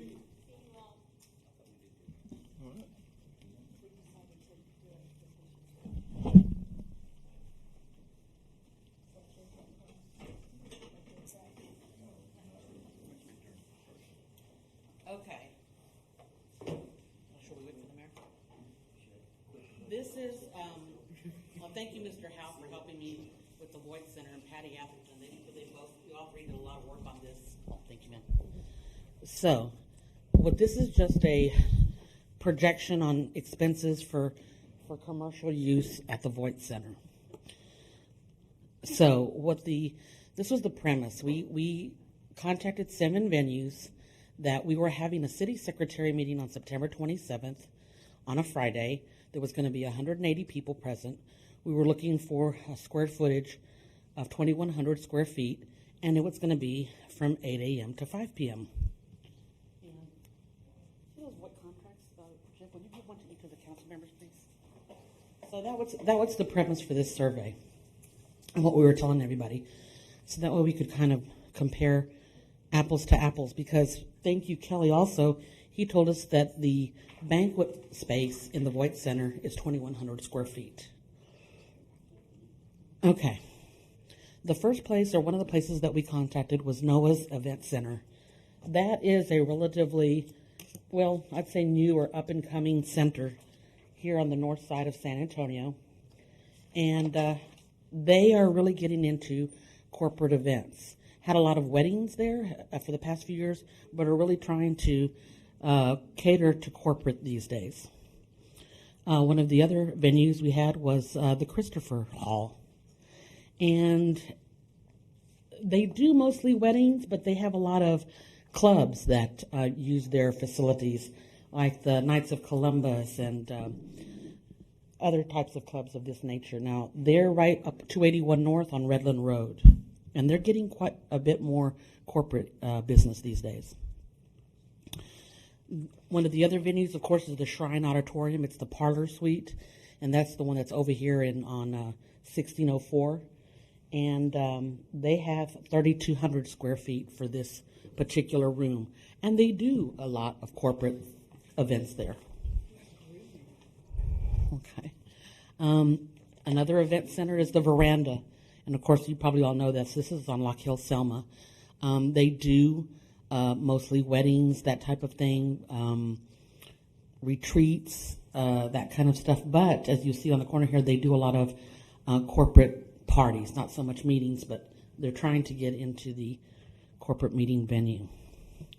This is the Oak Leaf Banquet Hall. And this is a very, sorry, but if somebody knows this place, but it's a very dated facility. It's on Naco Perrin. So, vintage, thank you, Mayor. Very retro vintage facility. So their prices are a bit lower than ours, but that is why. We wanted to try venues from different places in town. So this is in the downtown area, closer to the Riverwalk, and this is Rio Plaza. This is in the Grand Vista Room, and they do meetings here. They have had quite a few recently, and I think people think because it's downtown, there are more facilities there and so forth. But frankly, we're easier for the airport because we're closer, so that's a selling point for us.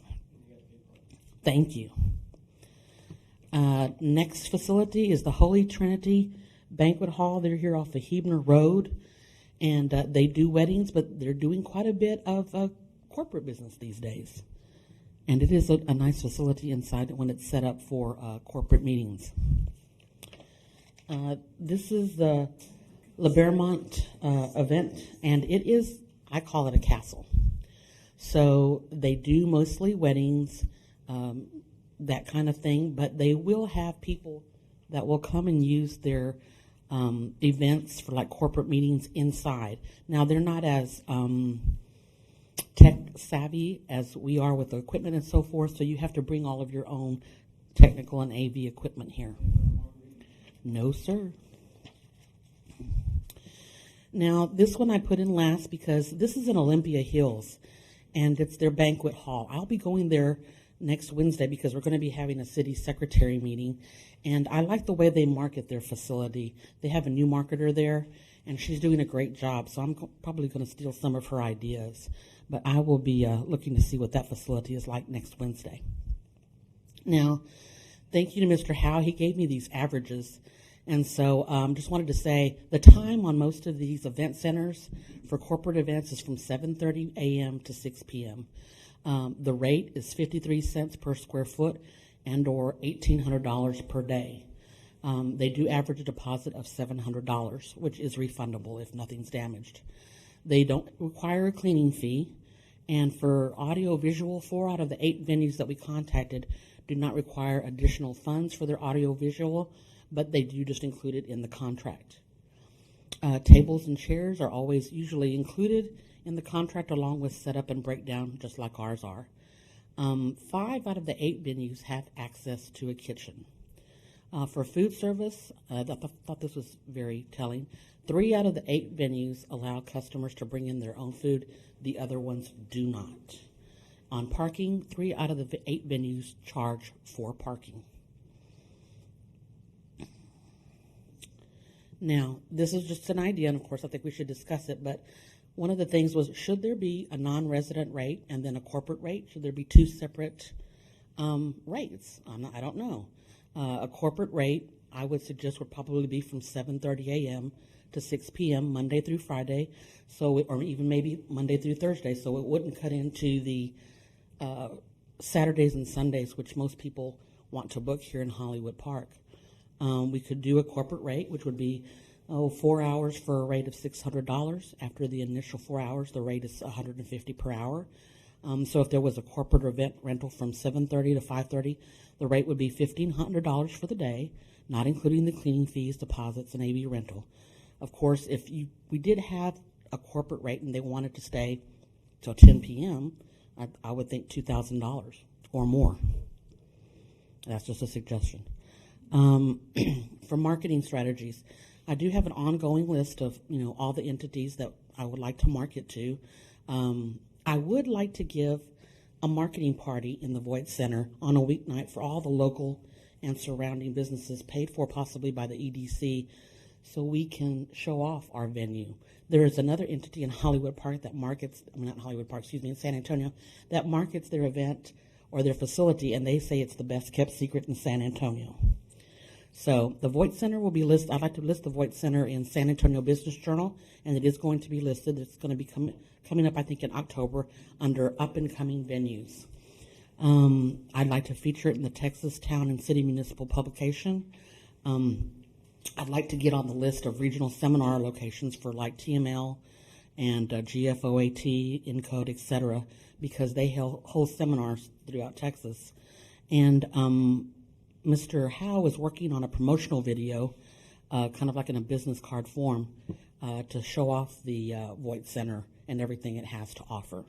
So that's my PowerPoint as far as that goes. So I'd like to hear any of your suggestions or what you think about the pricing. I did want to bring up the average additional charge. Say someone's renting it for 4 hours. The average additional charge is over $200 for an extra hour. That is true. And it's like, we're not even in the ballpark. We are leaving a lot of money on the table when it comes to. That is true. If we could see 500. 500, and then right for 4, and then 100 an hour after that. It's in your contract. On the first page. Our residence, it's 900. Yeah. Here it is. It's on. Oh, okay, I don't have that much. On the council, page 6. I'm going to go for anything like that. Oh, good. I think non-resident. Residents are paying $250 right now for that 4 hours, and after their initial 4 hours, $50 per hour. Non-residents right now are paying $500. I'm sorry. Non-residents right now are paying $500 for 4 hours, and then after the initial 4 hours, $100 per hour afterwards, which I think is extremely inexpensive. Some of these places it's $400 for additional hour, but you average it all out, it's over $200. You said all these other venues include cleaning? Yep. Except that we don't. Ours is extra. Yes. But by the same token, a lot of these venues charge for parking, and they don't have kitchen facilities. Right. Okay, so I think it kind of evens out on that part. And you have to use their food. And speaking of the food, also, Mr. Howe and I were talking. I mean, a lot of people, if it's a corporate event, like say for instance, just name anybody. You go to their event, they're there at 7:30. They want somebody to have coffee service, Danish. Okay, Yes, I can do that. Danishes and coffee and Water, I can do that. That's easy. What about on the cleaning thing? Kelly's gonna be doing that. Kelly's been doing cleaning. Are you gonna be doing coffee? Oh, I would do it. Out of your hands. Well, if he takes it over. I can put an apron on. I don't care. What about we just include the cleaning fee into the fee? You can, because a lot of people do. I mean, that's been recommended to me by numerous people. Instead of having it broke down, say, okay, residents instead of all-day rental is $400, all-day rental is $570 now. There still must be a cleaning deposit, though. Yes. Yeah. The refundable deposit has to be there. That's critical, and you've been good about policing that. So for food service, we have great restaurants. No, because what if We they have don't great want it? restaurants. No, they don't use all day. Oh, box lunches for everybody. Perfect. it would be a management, Right. to these Some of people them to do, some of them have, don't. breakfast service if we wanted to provide it, And lunch. lunch. Done. We're talking about doing the actual catering too. Well- We're talking about having them, we charge, we pay them, there's ways we can talk about this, but I think that we have an opportunity to be a full Service. service event center I agree. during the week, Monday through Friday, not interrupting with any of our social clubs for the town. And I'm okay with that, but I think if you have a full service Monday through Friday thing and you book it up, you're gonna have to have a full service employee running that. No, you know what? I used to do this. Offering food and all this other stuff. Well, this is my idea. It starts at 7:30, right? We have that huge coffee urn back there. I can provide coffee in Danish easily and have it there in the morning. That's not a problem at all. Not an issue. Now, We're in the food service business. well, and we don't have. That's not what you're. No, but I That's was not saying, your job. we don't have to, but I think that if we provided that extra, I think we may get more, we're gonna get more people, business. yeah. And I could easily make a phone call to the Purple Garlic and say, they're going to need 20 box lunches. But this would be Or something, deliver. because it's booked in advance, Purple Garlic would know about it in advance, and you'd schedule it in advance. Okay, we need, we got 100 people coming to this event. We need to have sandwiches or whatever we're doing for that, for that event. Now we're collecting money from them too? Who's gonna pay for all that? The event person. Like say, ABC wants to have a corporate event there. So why don't we just give ABC a list? We can. Let them do it all. We can do that too. We don't wanna get into food service, but then you wasting all your time doing that? No. Yeah, you don't have enough time to do stuff you do now, so one more thing, even if it's just making coffee, is one more You thing. can go pick them up. Well, it wouldn't necessarily be me also because I do have an admin clerk. I know, but that's, Yeah, no, I understand. that's somebody else. That's not a menu job though. I don't think, I think we should market it and fill it up. I think it's a great idea. But Okay. I don't think we should. But that or the food service. Shouldn't be in the, Okay. in the, So we would tell them you provide your own coffee and your own Danish in the morning or what have you? Just work it out with Starbucks or someone. Okay. And, Give them their Now number. you have a coffee pot they The can coffee's sell. there. I mean, you bring your Yeah. own, they put the Okay. coffee. Right, when you get into the food, what Into time are you the- gonna get, where are you gonna get? Gotcha. Who pays? Yeah, whatever. and if the stuff Servers. show up on time, and now you're having to deal with these people that are pissed off because, well, Yeah. where's our food at? Oh, well, let me call Starbucks. And they can deal directly. We can just give them a list. Now you're in the food business. Yeah. Now you're in the catering business. Yeah, I think that opens up a huge can of worms, but I'm in favor of raising rates. What do you think about the pricing? Well, let me ask you a I question. think these would be great. I think Oscar made a comment about we want to schedule the corporate events, but still be able to schedule all our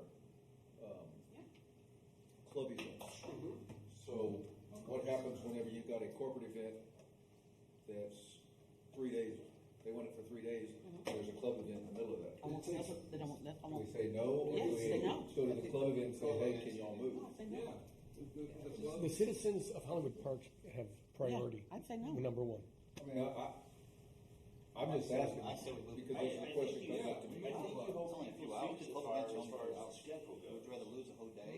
I think you hold people's feet to fire as far, if you have the schedule, If our garden club has it in the middle of the week, and corporate wants it for Tuesday, Wednesday, well, is Thursday. Garden we Club should- paying for it? No. No, our clubs don't pay for anything. No, that's fine, that's fine. I'm saying we move them. I'm saying, but if somebody has a paid event. And Oh, you no. move them, No, Even the what is it, HPC? or Yeah. whatever. I'm talking about the non-paid, say, for an example. Oh, no, if you're not paying for it, then you don't have any legal rights to it. You're saying- Okay, I just wanna make sure we're clear on that. Yeah, that's what I'm trying to clarify. Wait, I got a brownie in my mouth, but I got a lot to say about that. Well, we'll wait till you have a chance to. Here you go. Press that. Mayor, let's press see that you down. Okay, no, we've already been through this, that the clubs of Hollywood Park, if they have it reserved, we're not gonna kick them out. Well, if they have a reserve and it's on the calendar, I'm okay with that. You just don't book that event. Bingo. For that day. Right. But Kelly's question is, what if it's a 3-day event and the third day We falls don't know on ahead of the time whether it's a 3 day. Well, here's an But you can't book example. Okay, this worked out You fine, can't book it. but this was an example that came up. Ace Restaurant Supply wanted it on Monday, Tuesday, and half a Wednesday. And on the calendar, the Garden Club had that morning booked. What morning? It doesn't matter. Wednesday or whatever. I'm Now, sorry, move. found out that they weren't gonna have it. The Garden Club didn't need it that, so it all worked out. But do we give up a 2.5 day rental because the garden club Need it for 2 hours? wanted it for 4 hours, or do we say, hey, would y'all be kind enough to move over and use the It council doesn't chambers hurt to instead? ask, okay, but I still think that they should have priority. Now, y'all tell me Right. what y'all want me to do, because I'll do whatever y'all say. It doesn't hurt to ask them. And I think if you couch it in the context, if we have, you know, a 3-day potential seminar, I agree. you know, I think they're probably gonna How many go. events do you have a year that, I how agree. many non-paid or like garden club events are in there? Non-paid events, about 8 to 10 a month. Really, that many? Look at the, So can we talk to all everything the up at, you got Bunko, you got HPCA, I mean, there's Can you 8 help- to can you 10 help us on this? every month. Sign them up when we, I think a so, too. possibility, you're talking to the client on the phone, you say, you know what, let me get back to you, I'll get, you know. And that's exactly what I did. Right, we get on the phone with the garden club and say, is there any possibility of moving it, moving your date or moving it back? I mean, that's a third of the month right there. If it's 8 to 10 a month, Yes. then it's unpaid. Correct. I don't know. And I can Seems still like book a it, lot. and I I mean, think I that's- can still book it and make money. That's up to you, that's why I brought to y'all before about it. Because that's the least booked part of the whole schedule is during the day, during the week. And so that's why they're able to book as many as they have. But if we we're want gonna to, market it Now, if we want to make that a Fill it up. focus, there should be some courtesy extended to them or some established guidelines to seek their help and flexibility, you know, for the pavilion or to City Hall or a different day when we don't have something booked for several days. But I think they'll be willing to work with us. They sure Well, should. the vendors in there for 'em. Gosh, they sure should. I mean, unless it's like a big HPCA thing, you know, where they have 100 people coming or something, you're not gonna do that. But I would think that, you know, the women's club and the gardens club, they'll work with If us it's the if it's garden club important.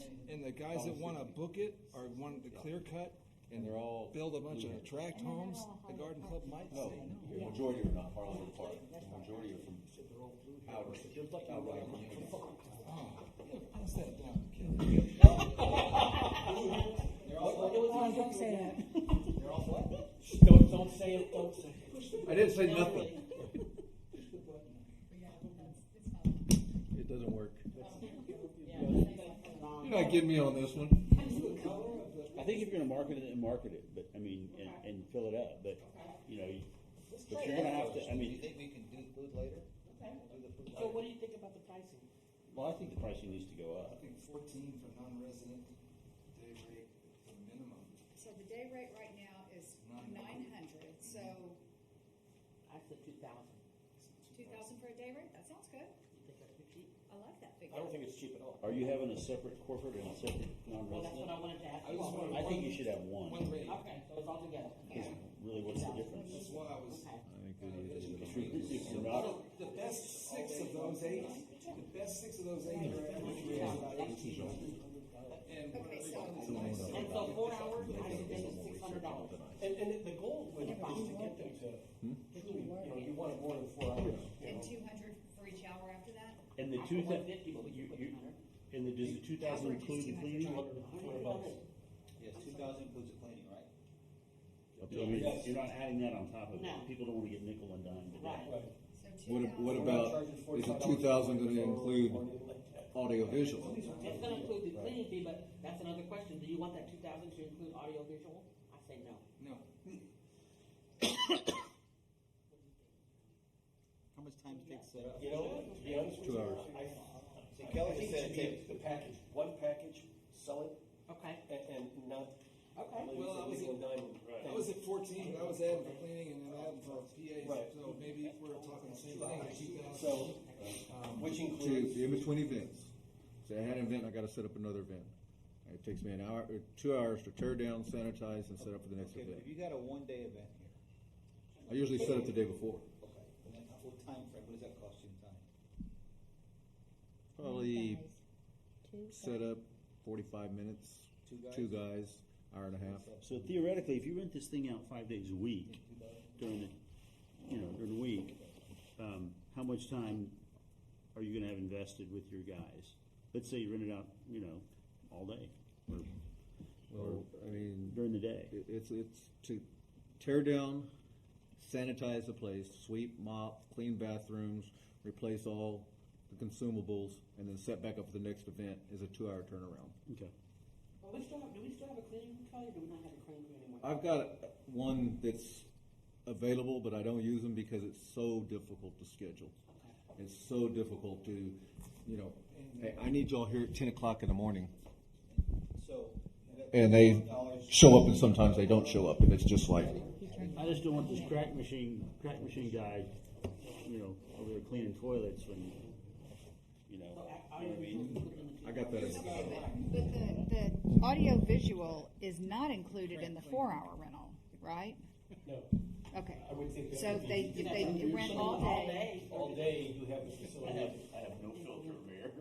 So we're actually so we would be going from actually like $1,350 to $2,000 because we're going to include the cleaning fee and the audio visual. They just have to pay the deposit. Okay.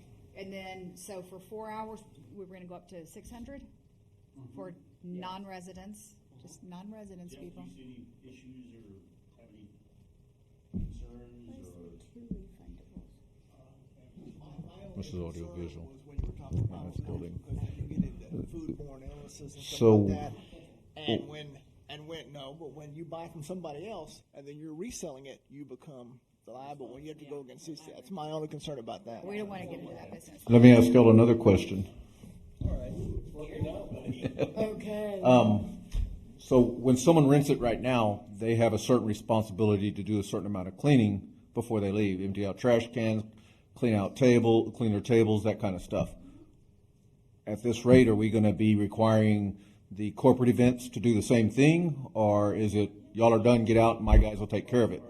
How's that handled in the other venues? I would think it's the same that's on the contract now. I mean, if people spill soda on the floor, they get a napkin and they take it and they're gonna, say we try. they clean it. If they have spilled things on the floor, they pick it up and they put it in the trash.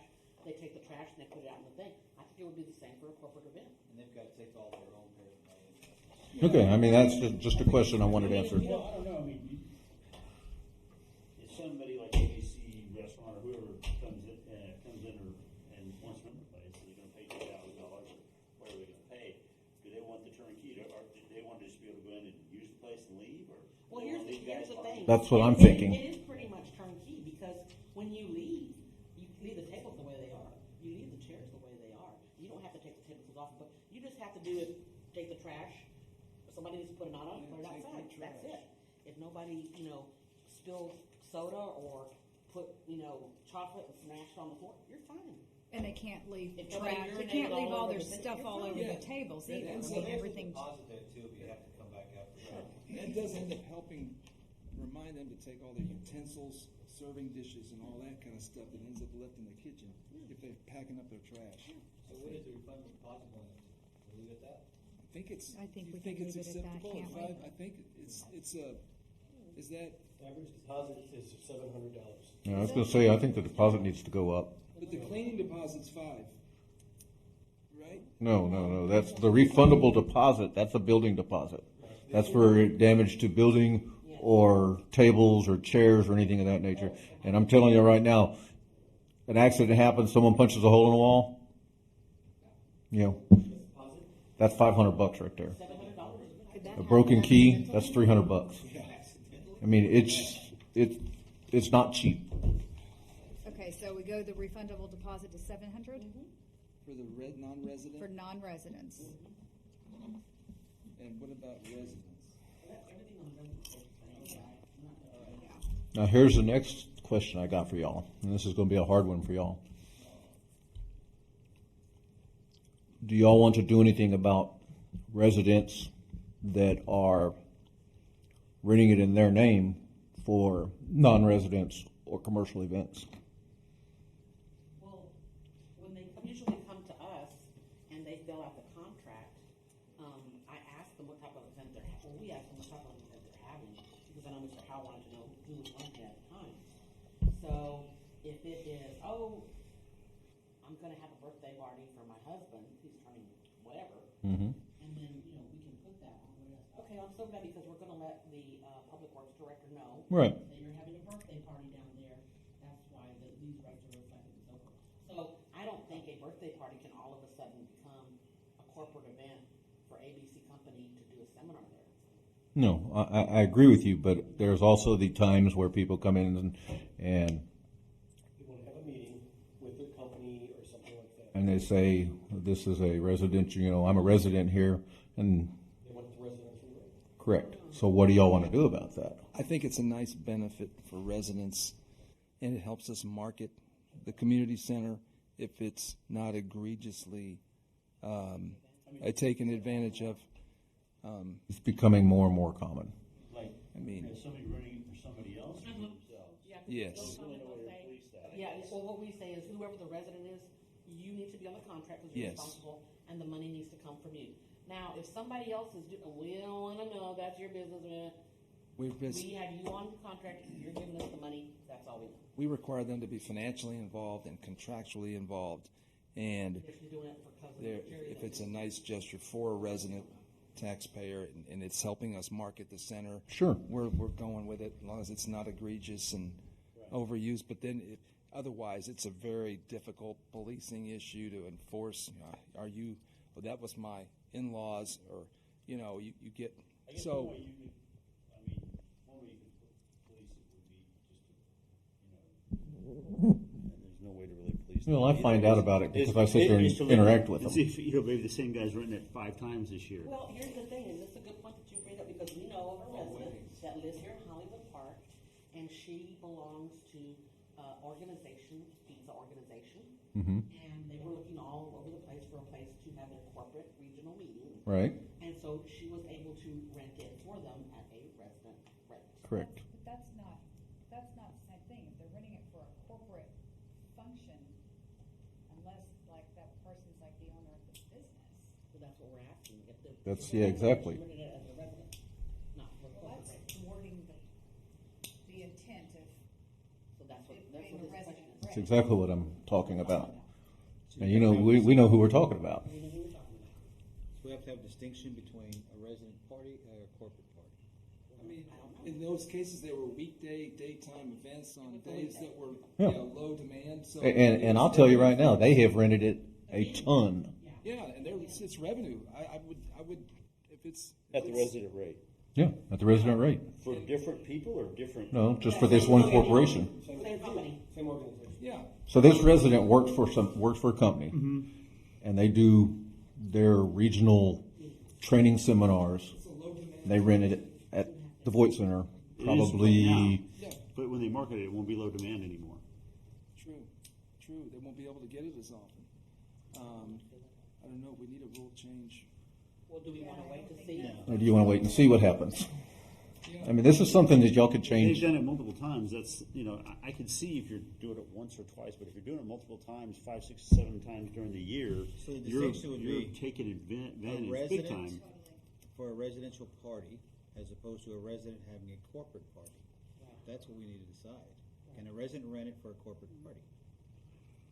I think we can. If it's their corporate, if it's their corporation, But, okay, so that's okay, we're okay with that. because you talk Now it's a about corporate party, not a. it's good marketing, and it is. But then they say, "Hey, Joe Blow over here rented this thing for me. I bet he could do it for you too, because you and I are brothers or brother-in-laws." And next thing you know, he's renting it. Joe Blow that lives here is renting it to 10 different Well, that's what I corporate say. functions. As long as And it's that not happens. Can't be egregious. It's got. Right, but how do you? Well, I've That's got where it, it I've gets got to How do you rent it two define that, times, though? I've got to rent it 2 times next year.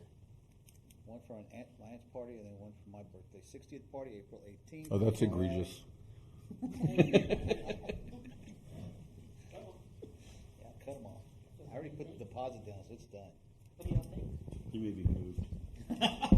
I know, right? By the garden club. The garden club will kick you out.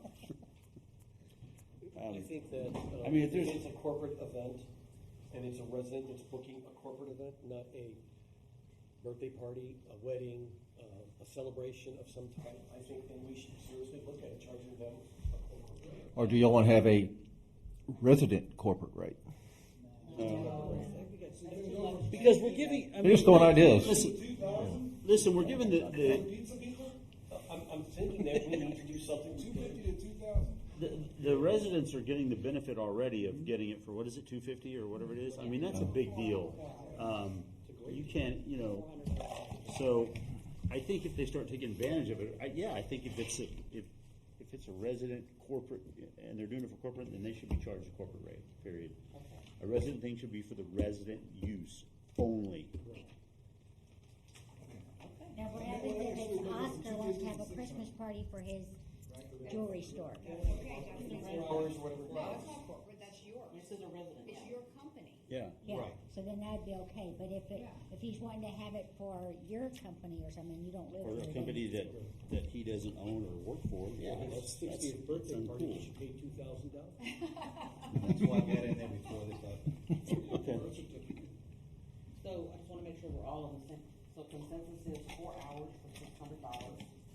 After the initial 4 hours, it's going to be $200 per hour. The all-day rental will be $2,000, and if you pay the all-day rental for $2,000, the audio visual is included in that.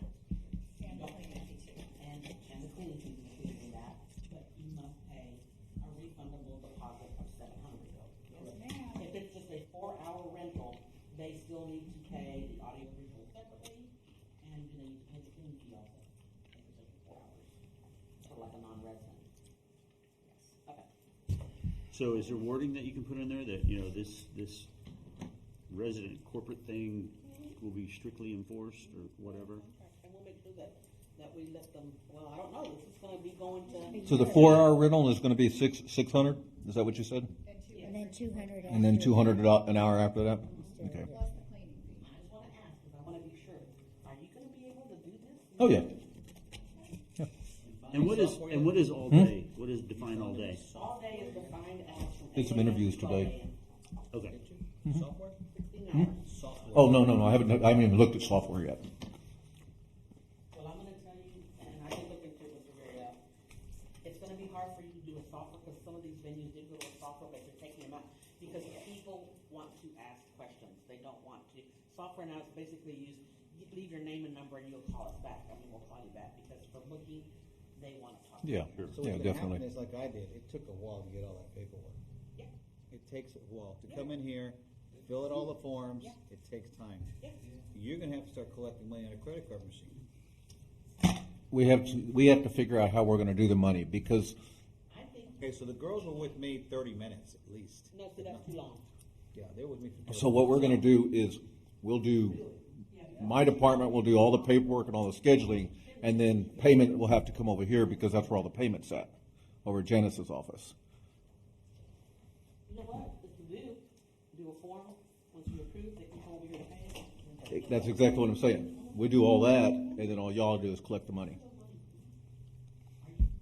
I don't think Jeff wants to collect money from people. I'm not scared. No. As long as everything's coded right and put in right, I think it's fine. Oh, like EDC and all that? I will do that. I'm gonna do it on an Excel spreadsheet that has the fund balance from last year, because the revenue coming in, the expense will be out, and I'll do that. I bet the public actually gets to see these things and tell them what they're used for. But that's what you usually do. Yes, you do, according to state law. Unfortunately, it doesn't show up in the financial statements, but since they're governmental funds, you have to do it by state law. So we'll do that at the. Yeah, I thought it was a public hearing. Okay. I'll take that long. Now, whatever funds that this endeavor incurs goes straight back into the VoIP fund, right? Is that the only thing that can be used? The venue fund. Okay. And all the revenue is gonna go in there. We're paying too much out with tax, and all the revenue will go in there. And, what it'll do is help the venue fund to have more money and help pay the bond payment, because the bond payment is $200,000 a year. And, you may get more in there, so you can do a lot of improvements and stuff to the area. Okay. They have to come from general fund anymore. Right. Yeah, right now it should work that it's in the black to a point where instead of paying the bond early, we'll use that for maintenance and upkeep as it ages and keep up with it. Early for the bond was in 2024 anyway, and you don't want to do it if interest rates go up anyway. We have got great terms because we have great credit, and I think Okay. that's a good thing. We're in good shape. And what they usually do is they do a defeasance of a bond. You take money and you put it in escrow, and the escrow is earning interest, that escrow pays the actual bond payment, so it creates up a certain way, if that even work otherwise, you wind up back in it. Any questions or? This is great, Janice, thank you. I mean, It's scary there. You're gonna. It's gonna be pretty That's busy. a lot. It's gonna be pretty busy. You know, it's, Okay. busy don't scare me. Yeah, I know, but. Anybody who knows me knows that. But you're short-handed as it is, you're gonna, okay, all right. We'll do it. We'll make So this when you work. get a call, somebody calls you, I want to rent the Voight Center. You take the call? Me or the person that I hire, public, or code admin. Okay. That's what they're, And they're going to look at the schedule and see what's open. what days did you need? That's available. Why don't you, we meet at 10 o'clock in the morning, get the paperwork filled out, get everything rolling. Come in here, do the paperwork, go right over Okay, there. so back to the paperwork. That's a lot of damn paperwork. No, I'm gonna tell you something. I was shocked when you came in, they told me it was 30 minutes. You know what it's down to right now? 5 minutes. Well, I still had to fill out 8 or 10 copies. So what happens is if you call and you say, you're interested? No, okay, Mr. Brown, what day are you looking for that? I really would like to have that day. Okay, can I book it right now? No, unfortunately, you have to come in and you gotta sign a contract, but you're pretty sure, no, I want it, I'm gonna come down there. Okay, and these are the times you want it. So you know what we do? We fill it out for you. So when you come in, you look it over and you start to sign. Why can't you just take a deposit and then have them come in? Because as it is now, whenever even people have dug in and they say, this is what I want, there changes galore. Can I change it from 4 hours to 7 hours? Okay, then 2 weeks from now. That's Can we what I go said, ahead and just do a this, do that? deposit. You want it? No, I would rather get the whole thing because when they start moving deposits, well, keep the deposit and let's move it to next week. Okay, we'll go ahead and that's it. No, you know what? I changed my mind. We're gonna do it for next, so it's just easier to pull the whole thing done. It's good. Floaters and the wafflers out of the. You can't yeah. have too many. Yeah, because when people are ready, they're ready to commit, so it's a good thing. And it's enough changes on that. Yeah. So, okay, so I can start working. Nervous Nelly's out. All right, what else? Is that it? That's it. Are we done? Yes. Right. Are we done, Jeff? Okay, it's not 9:30 yet. Oh my gosh. brought my sleeping bag. Okay. Thank you all. So I'm gonna put this in the September agenda for about September. Thank you. Do you have to adjourn it? Thank you all. What time is it? The meeting is adjourned. It is now 7:31. No, Thank you too all. bad. And to all, a good night. I did too. I didn't know we were gonna change everything, but oh well. That was a great meeting. Good job, Jeff. Well. Thank you, Jeff. Yeah, I really hope we can make some progress. I don't care what you Hey, Jeff, I don't care what Kelly said about you, you're all right. Thank you for your.